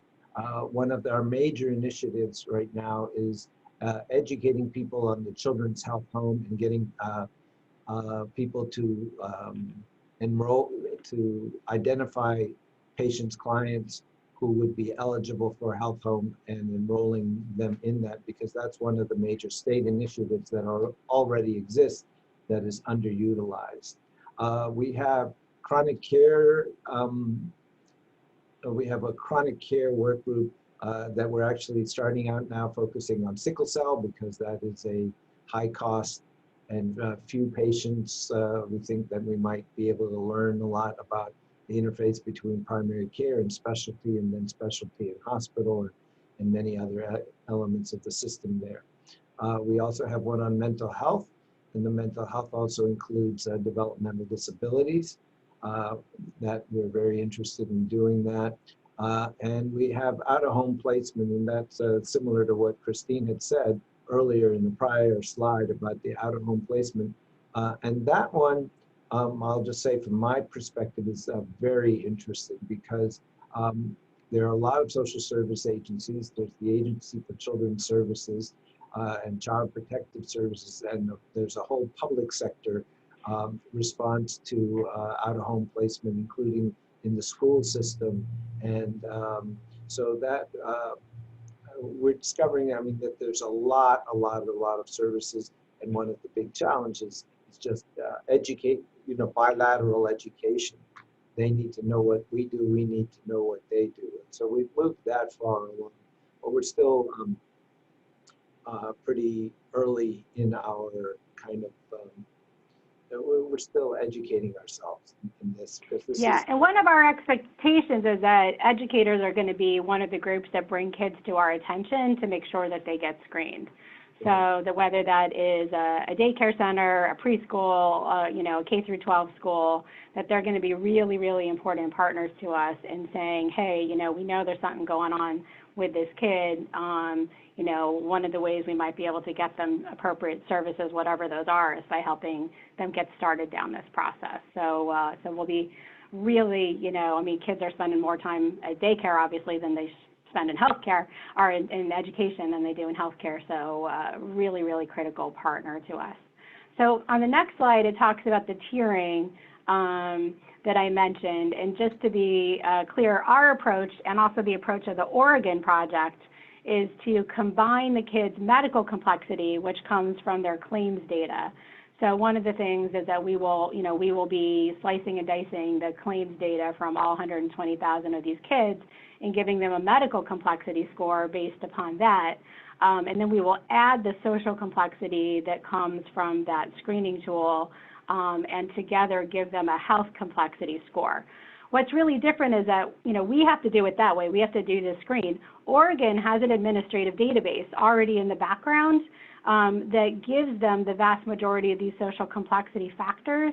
So Oregon is actually able to baseline risk tier all of their kids based on a combination of Medicaid claims data and administrative data that they have about families in Oregon, because they've spent 20 years building that administrative database, which is certainly not something that we have. So we can start with the data coming from the healthcare sector, but for everything else, we have to actually gather it firsthand.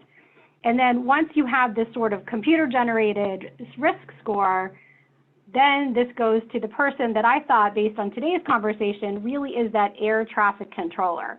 Several people have mentioned this today, the need for this air traffic controller or traffic cop. I've heard a few different terms thrown out there.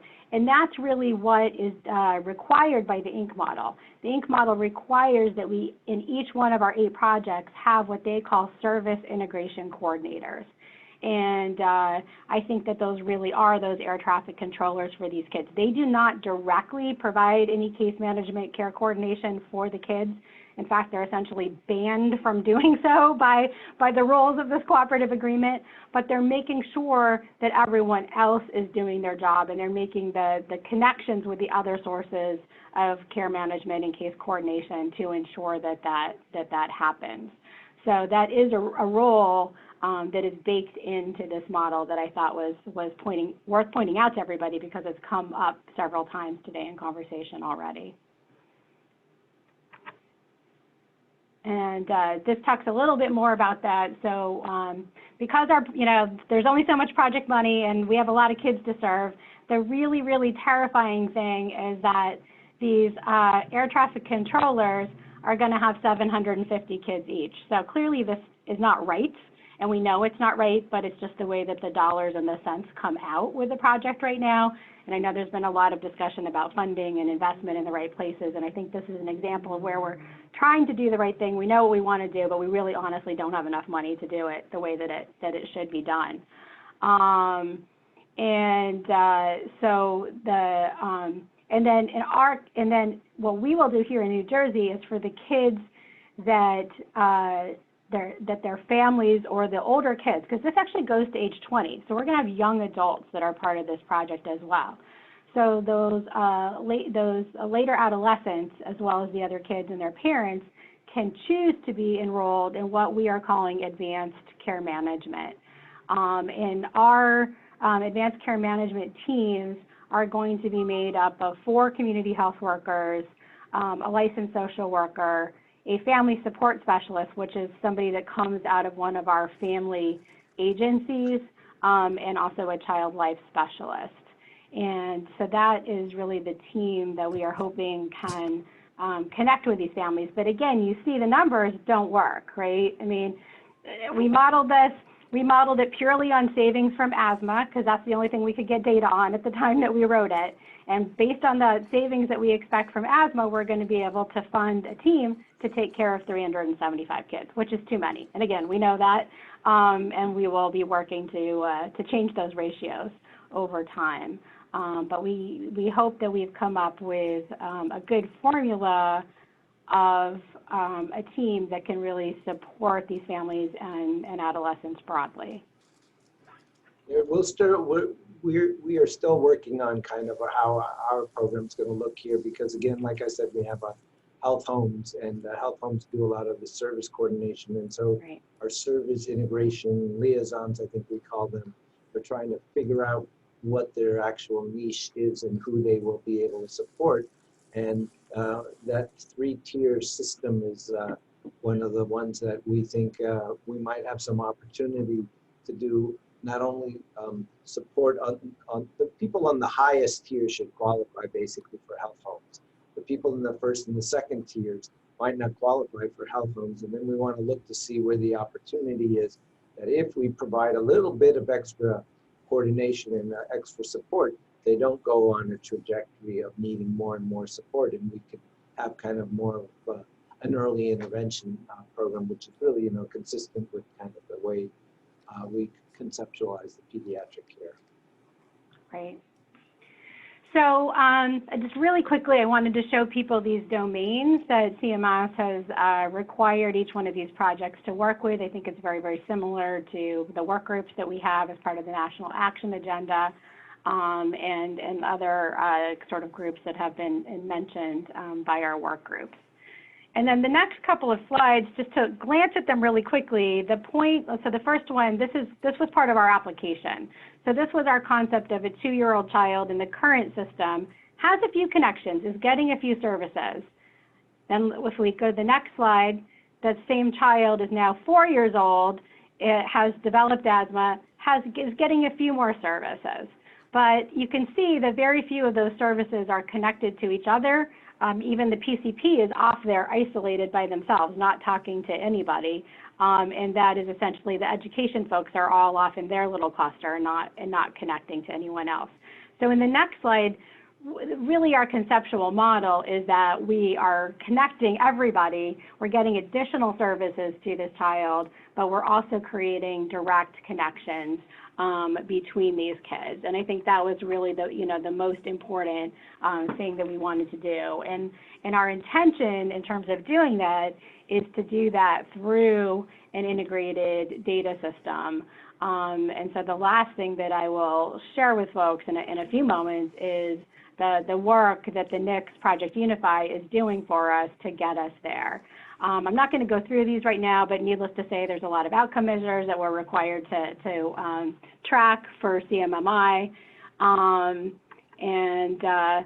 So what I think we wanted to do, just really quickly, you can advance to the first Thompson family slide, is to just take a second to think about the Thompson family in light of the INC project. And so what Daniel and his colleagues have been able to do here is take our graphic and bring each one of these characters in this scenario to life here. And so in thinking about, Ruth from an INC perspective, she's not our client, right? Because our clients are the 2 kids, but she's their caregiver. So as the caregiver of Jameson and Madison, what is it that we need to know from her?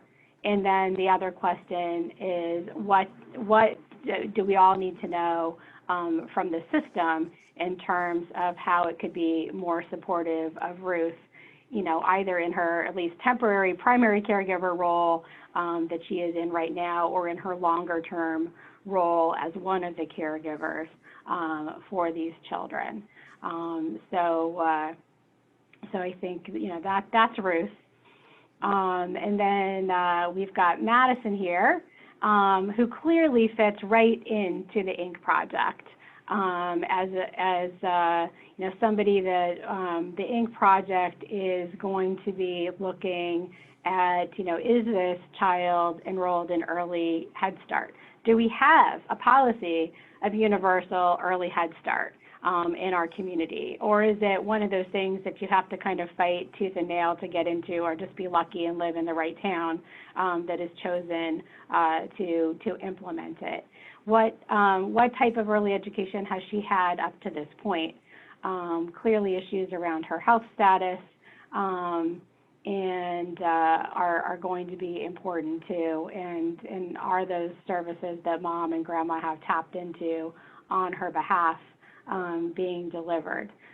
Here in New Jersey, she would qualify for WIC, for example, because it goes up to age 5, but that depends on the community that you live in, how WIC is being implemented. Christine, I We've just got want to James. make a quick point here, just about from a data perspective.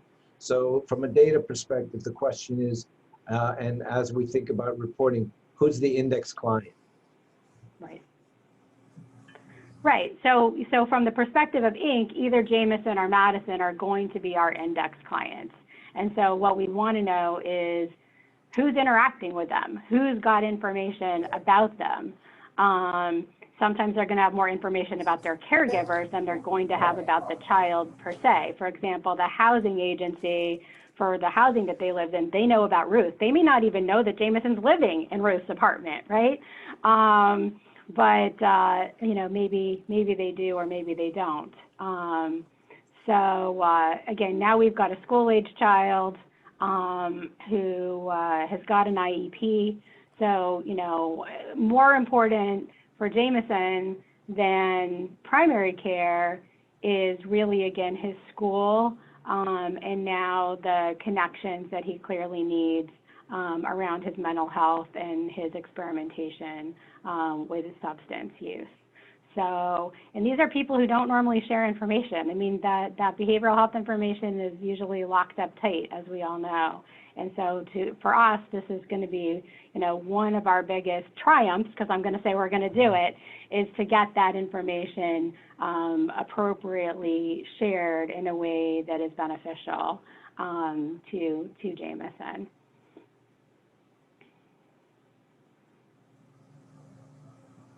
And then there's Dad.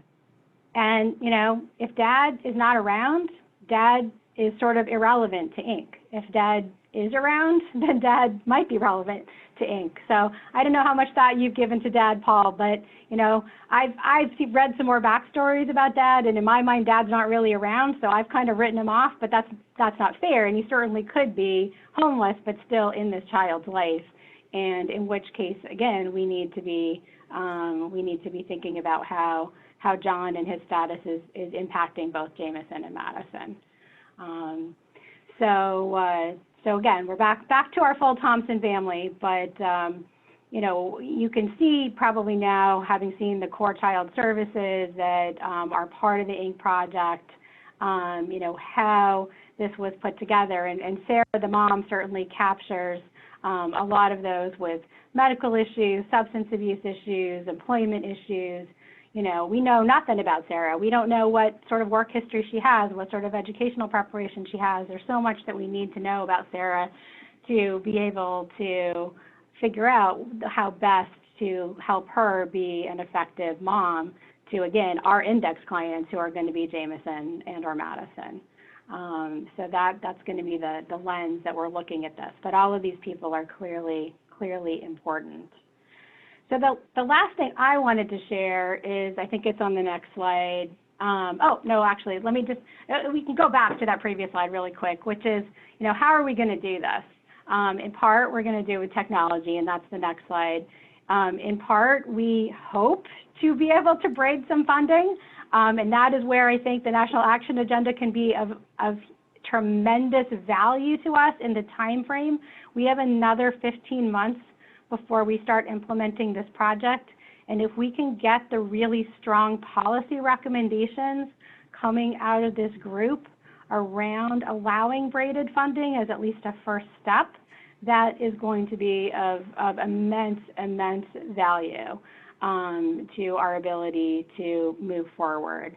And then, equally, obviously, a tremendous focus on health equity, which there's a huge variety of people in the 2 counties that we're serving. There's a lot of white poverty, though, in the counties that we're serving, but there are also very long-standing African-American communities and a huge number of different types of Hispanic immigrants that we're serving as well.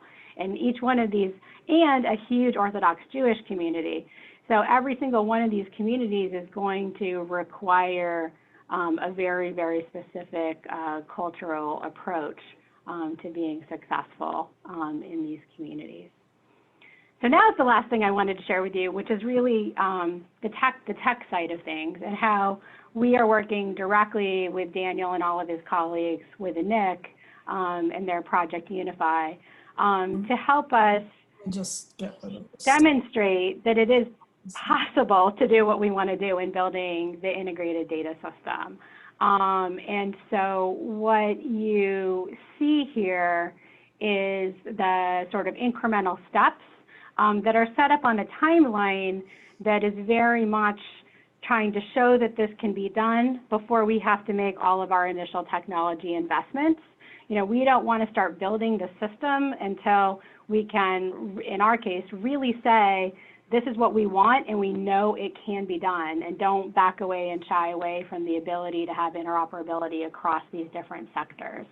And so the Project Unify folks are kind of working on the different sectors one by one, as you can see here, using a process of using synthetic data in existing systems and building the APIs to connect those systems. So we're very excited about this, and we really want to do it right from the beginning. And it's gonna take the national village in order to make this happen. My last remarks are the same as my beginning remarks, which is that I just really thank all of you for being part of this discussion. It is so timely for all of us working on these INC projects.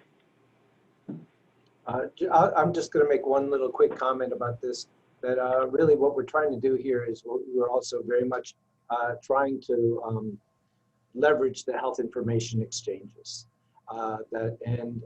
Here also in the Bronx in New York, we have several of them. And that also is another one of the complexities that we're dealing with. Thank you, Paul.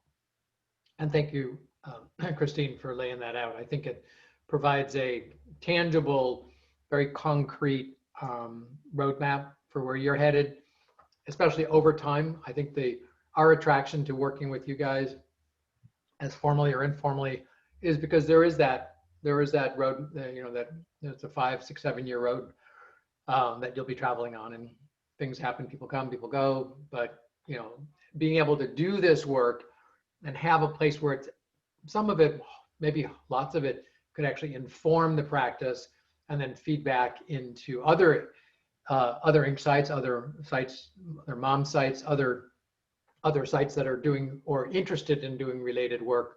One of the things we're trying to do as much as we can here is make this an open source, open API, open standards kind of approach, and are trying to drive towards standards-based approaches to data exchange. So it's not proprietary. There certainly will be proprietary systems, but how we exchange the information and the kind of the blueprint or the roadmap that comes out of here ought to be informative to anybody or everybody, hopefully, who's doing it. And overlaid on the technical roadmap, of course, are many other concerns around identity management, authorization, security, the confidentiality, privacy, many of those complex pieces that everybody is struggling with, or from our vantage point, many organizations are struggling with within their own bubble. And the thought is, if we can create replicable models, so you don't have to start from scratch. You have to build it yourself, you have to configure it to your own system, but it could actually be moved forward. That would be a huge contribution. And ergo, the learning community, or this system here, this group of people here, can add so much to that so that it becomes a really useful tool across the country. And last week I showed you the list of other organizations, whether it was DASH or HIMSS or the folks from Foresight and other WIN Network. There's a lot of important parts of being able to link together that knowledge and those systems, because many of them don't take it to the technical level. They'll take it to the policy level and not necessarily to the technical level.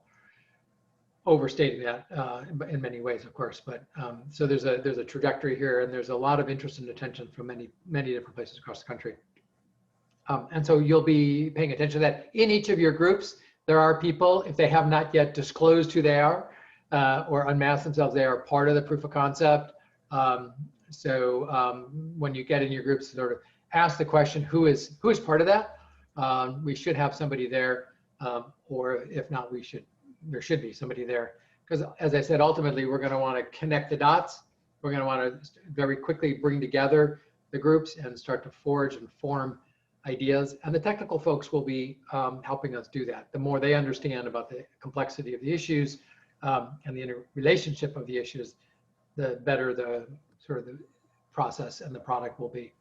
The last thing I would mention on this before we move on here is that there's a sequence of activity here. So we're hoping that this parallels the NAA work that's going on. So they'll be starting small and a little less complex, starting to connect those boxes, and then through the next number of months, starting to add more pieces to it.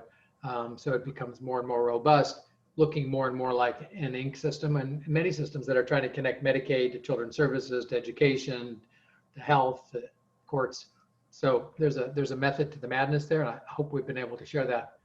The last point I'll make, and you'll see more information about that, is we'll do a deeper dive into the proof of concept later. I think we're targeting now November 6th.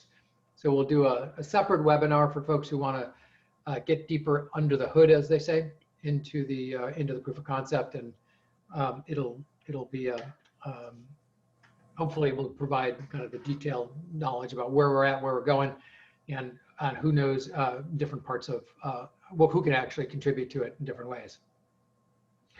So I want to move to the next section here, we're just a little behind. We're about 15 minutes behind our planned schedule. And what I'd like to do is, if we can just very rapidly, before we move into the next group here, there are folks who we didn't explicitly get to 2 points in particular. One is, and our liaisons will ask to capture this and go back to folks to make sure we capture this. One was there root cause? I mean, I think we've heard a lot of root cause questions before. Was there something that was not said that you identified as a root cause? And then secondly, was there something specific from an action step that you would have recommended? So I'd like to do like a 5-minute lightning round, and you certainly can put it into the chat as well. But if there are folks who want to just, as I said, a quick lightning round, and before we move into the next next section here. Any takers there? And just let us know which group you're talking from. Eric, would you like to say something from the neighborhood group? Sure. And I'll chime in. You're talking, Daniel, about root causes? Was there something, one specific or two specific things that came out that said, boy, this really matters? I think well, there were 3, and I'll do it very quickly. Power differential, people being historically left out of the decision-making process. Economic differentials, down spiraling of the family situation, getting worse and worse, including wealth disparity, and systemic and institutional racism. And Susan, I don't know if you wanted to add to that. Yes, I just, because it struck me that was really totally at the root cause, because it goes back to the birth of the nation, that we founded a nation that has its roots in genocide of the native population and the importation of slaves.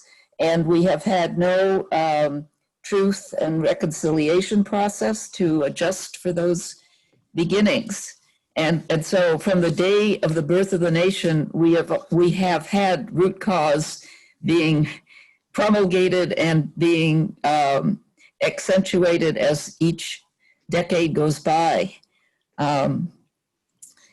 So anyway, I feel strongly about that being at the root. Hey, and this is Claire, and Leah, not to put you on the spot, but I was struck by your recommendation of the book, the Political Determinants of Health, that adds in some additional dimensions, I think. Yeah. So when we discussed our recommendations, a lot of it was policy driven. And I was speaking about the book, The Political Determinants of Health, which was written by Daniel Dawes. And he provides 4 different arguments to frame policy recommendations. And it's not only through the lens of ethical or moral obligations, but also through the lens of economic implications, national security, so through our military, and then also performance or outcome implications as well. So that was just one thing that we talked about, given that most of our recommendations are policy driven, that depending on who the audience is, we just need to flex how we frame these different topics and recommendations. Any other groups that had other root cause things that jumped out at you?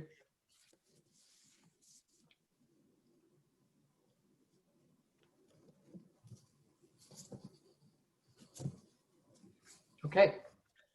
Well, I think certainly the 3 that you mentioned there are probably, I'm assuming that those, if they haven't been articulated, will certainly resonate with many people, Eric, in terms of power differential, economic differential, and racism.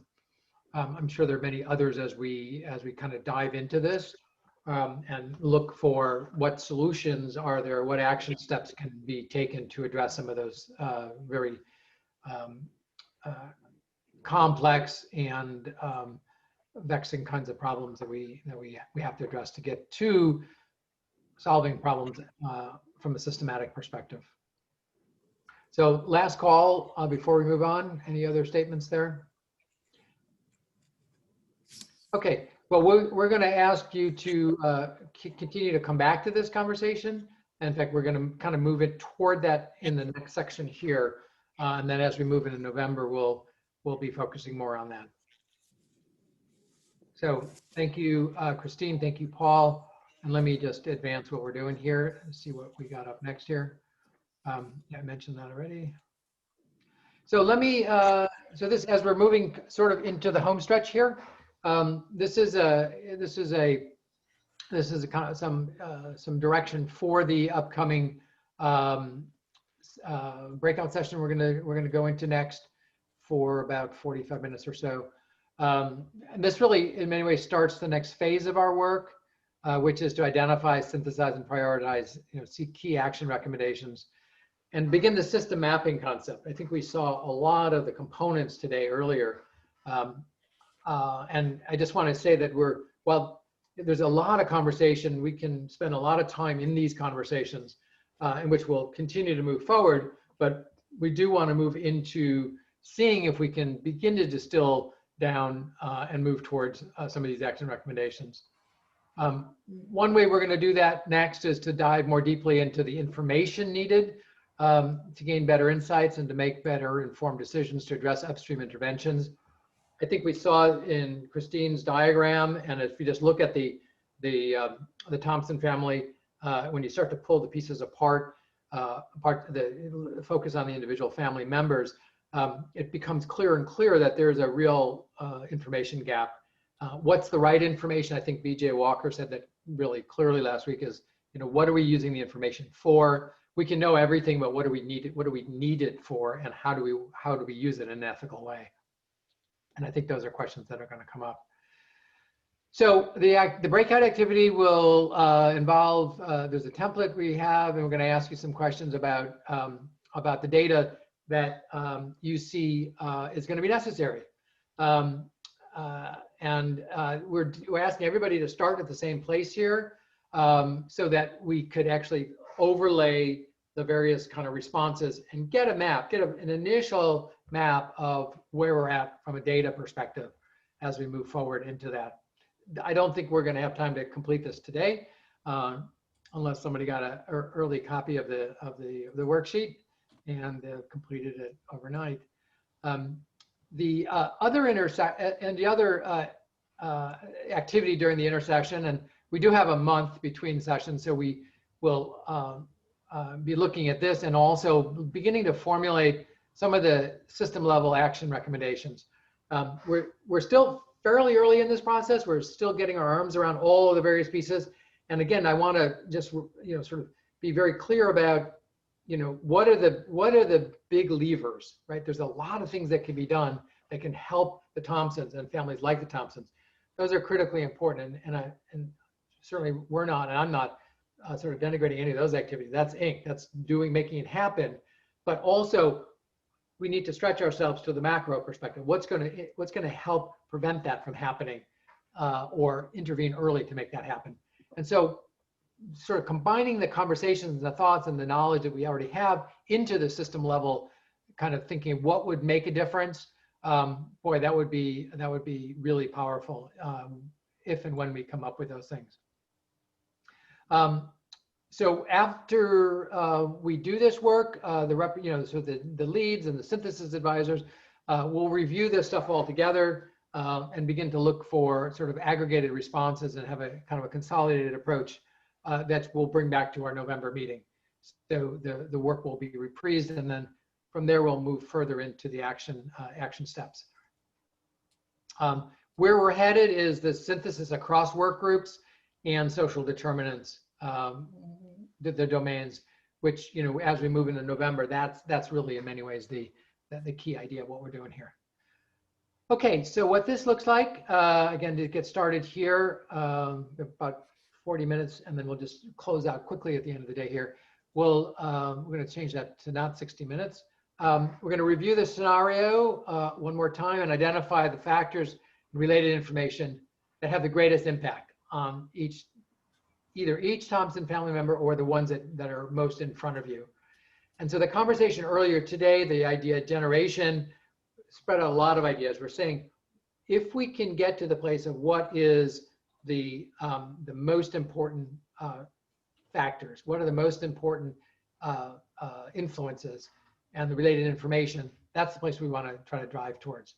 And then the second question we want to ask is, using the template, which I'll show you in just a second, can you identify the most critical types of information that would be needed to enable the interventions earlier and to help prevent or minimize downstream?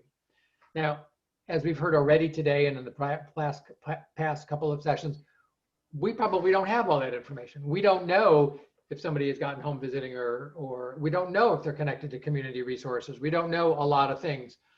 So the fact that we don't necessarily have a way to get that data doesn't mean we shouldn't be capturing that in terms of what do we need to know about our clients. And that's one of the bubbles on the diagram.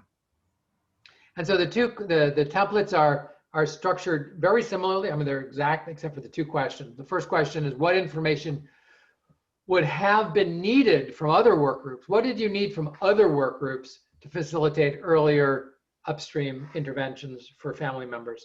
So as you look at the work, if you look at the work plan, you're going to try to categorize, well, I wish we had more information from healthcare about early screening, or we needed legal information, maybe about court involvement or whatever the other one might be. The other flip side of that is, what information could your work group have provided to other groups? As you think about what you do, to be able to articulate that, while that's sort of in the definition of the SDOH work, I think based on the conversations we're having, it could get more specific. It could get more precise in terms of, hey, we have this information to provide.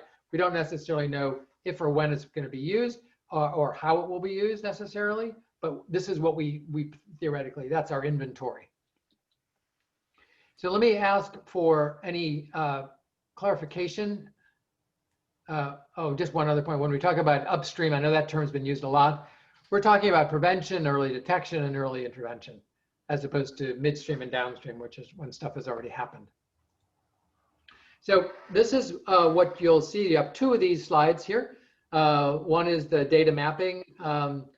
So the way, as simply as we could possibly put this, was to lay out the different groups and the family members, the whole family, and then each of the family members. And the first question says, what information would have been needed from other work groups to facilitate earlier upstream interventions for family members most relevant? The next one is, same slide, it's just reversed. What information could you have provided to your work groups? And what we'll do here is, as I said, we're at about 3:20 now, so we'll spend about a half hour or so till about 3:50 or so, and 3:55. So just a couple of minutes to come back together again, do some closing, and then we'll go off into the meetings. One of the things your liaisons will be doing, they'll be taking notes. They've got Google Docs up, so each of you should be able to actually input yourself if the technology is honed, so that you can actually do this a little more quickly, and then we can sort of distill that as we go forward. So let me just ask for any questions for clarification.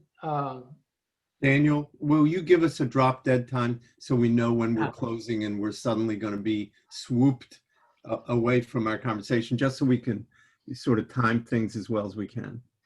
Yeah, I think if we plan to be done by 3:50, that gives us a few minutes to wrap it up, come back, and let's do some quick debrief to the group. So 3:50, which gives us 30 minutes to do this. And a reminder that this is going to be the exercise for our intercession. So we don't need to rush through this at all. Right. We will have more time, but we should be able to get a good start. And again, yeah. When you say what information would you need from other work groups, do we have access, for example, on economic mobility, would we have access to everything one could ever know about the family's economic circumstances?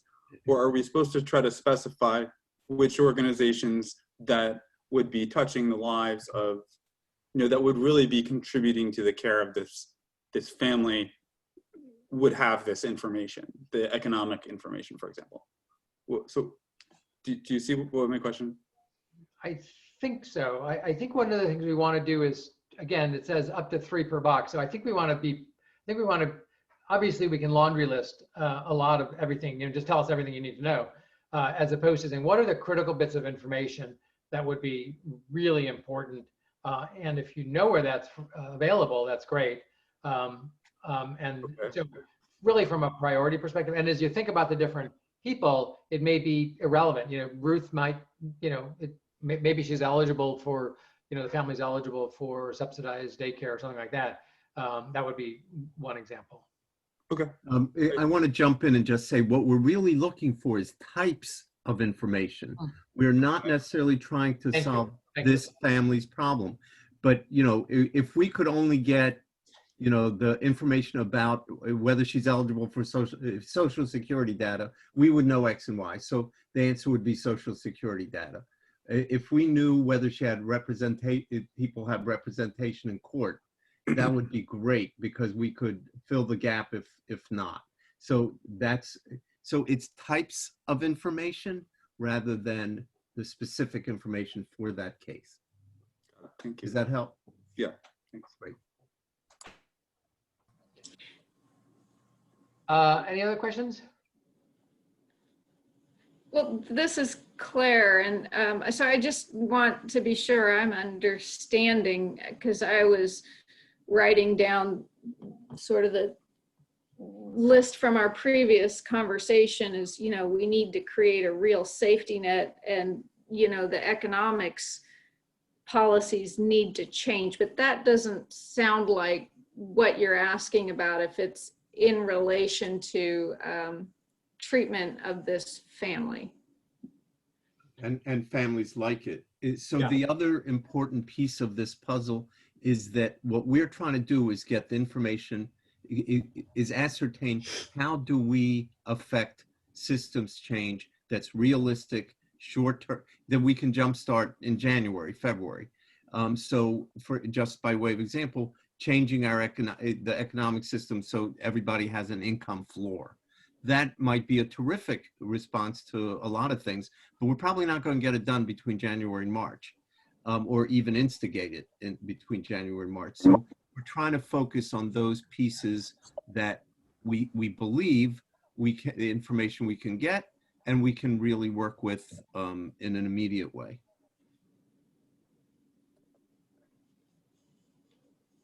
Or shape recommendations that look at the immediate term.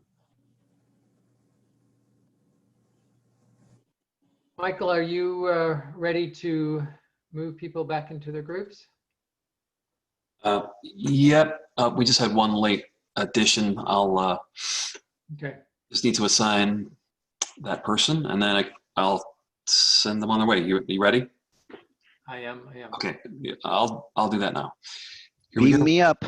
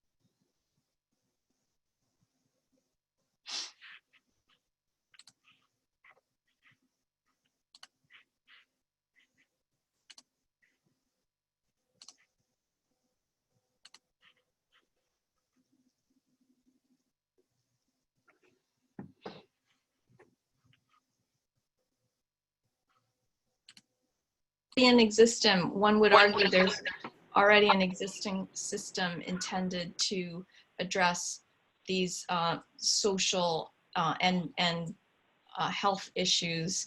It's not working well because it's not well integrated. Sometimes the effort is to overlay that dysfunctional system with a new intervention without sort of communicating and exposing the dysfunction and addressing the dysfunction. Does that make sense? Yes. Yeah. Makes sense to me. Yeah. I think that's the typical way people have been approaching these issues. Gee, we've discovered that transportation's important, so let's get some money and let's pay for cabs or Uber or housing. Let's layer that on. And Elena's exactly right. It's like leave the system alone, but layer this thing on, and then people are surprised when it doesn't work very well. I call it the Band-Aid model. We just keep slapping Band-Aids, but it's not unrelated to silos, right? So someone discovers transportation, so the transportation silo decides to respond, but does not look system-wide. Mm-hmm. And I guarantee right. it's going to happen where we're going to put all kinds of resources into the system, but we are going to continue to support the existing system. So if there's no other takeaway, I think maybe from this group is you cannot just keep putting Band-Aids on the existing system. Probably a bad analogy. You don't want to throw the baby out with the bathwater, but you don't want to put another baby in. We're going to work on the analogy. Well, it also ends up when the grant's over, when the grant for more transportation is over, you look for the sustainability of it, and the sustainability might come from hospitals paying you for getting to appointments at the hospital. And so you end up medicalizing a little piece of it as opposed to the broader issue of transportation. So can we focus a little bit like on what's transformational, not just the next increment? Yes, Paul, that's exactly the point. And it's that I think that the origins of this work, or certainly the origins of our thinking about not just another incremental nibble around the edges kind of approach. And can you do something, or, is there, can you go big or bold? Is there something that could, even if it's one thing, right? Even if it's a blending, demonstrating the blending and braiding of funding or streams or something like that, whatever, that actually has a major impact. I think that we need to keep remembering that. I think that needs to be sort of imprinted on the forehead. We can bring that to the table and then infuse that more broadly. So thank you for saying that. I'm going to circle that on my page here. Other comments before we wrap here? Other thoughts? Yeah, Daniel, can I ask, I mean, as part of, could one of our, I would think yes, but one of our recommendations could very well be supporting models and programs that already exist that just need more attention brought to them, or more attention brought to the success that they've had, so that they can be replicated elsewhere. I think that, that's really very much the reason, we asked Christina and Paul to present today was we want to, because there are existing, there are new systems, there are new approaches within existing systems. I don't want to put words in your mouth, but is that an opportunity to, from different vantage points, is that an opportunity to actually do something different, right? Can you actually create at least on the information system side, because it's not a statewide system yet, it's linking and connecting, but it's connecting a lot of pieces that are not really well connected, especially in a kind of an open framework that would be useful. So that's one slice of it. And that's why we keep saying, well, are there, what are the implementation sites? And there's a number of folks who are in different places. They're not Inc. sites, but they've made progress in this area, but they've got big gaps, or they've got areas that they want to develop, or they want to build onto or expand. And so maybe there's parts and pieces that they could be doing, right? Or they're interested in that come back to whether or not it's the Inc. sites or come back to other organizations or jurisdictions that would actually be meaningful. It's like what are the parts and pieces that can be reused in many ways? That would be great.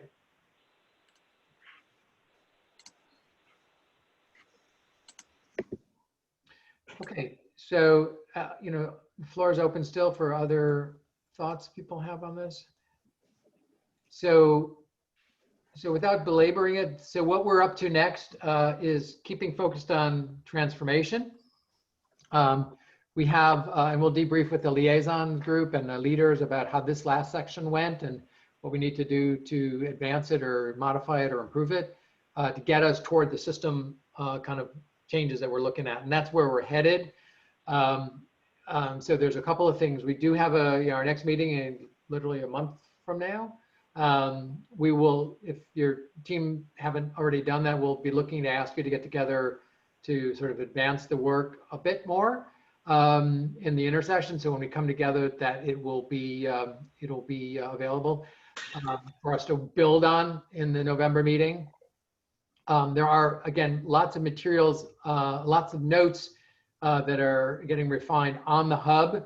So as your interests, obviously in your group, to make sure you've added your comments to it, but also then adding into other comments on other groups, or just being aware of it, that will be great.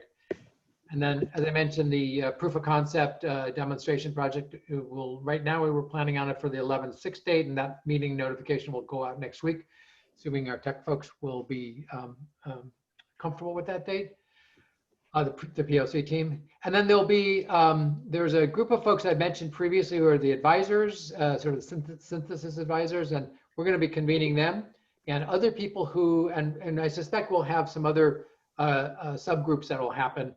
And particularly one of the areas that's been really percolating up is the system mapping kinds of thinking. And so we'll be looking and inviting people into that kind of system thinking level as well, to begin to sort of take the work and to start to create those pictures of, the as is and the sort of the to be. And to Elena's point, very aptly, like you just don't get to walk away from it. So how do you transition and modify what's there already? So that's the program for today. Thank you so much for sticking with us and doing such good work on this. We look forward to talking with you some more and distilling the notes. The videos will be available. We'll put those on the hub especially for people who want to hear that again. And I thought that idea of trying to map out the chat log as well into different categories of ideas, we will try to put that together as well. So thank you very much. Have a great weekend, everybody, and stay safe, stay sane, stay healthy. Thank you all very much. Good job herding cats. All right, thank you. Thank you. Care, Thank you. everybody. Bye. Thank you, everybody. Take Righty. care. Have a good weekend. Daniel,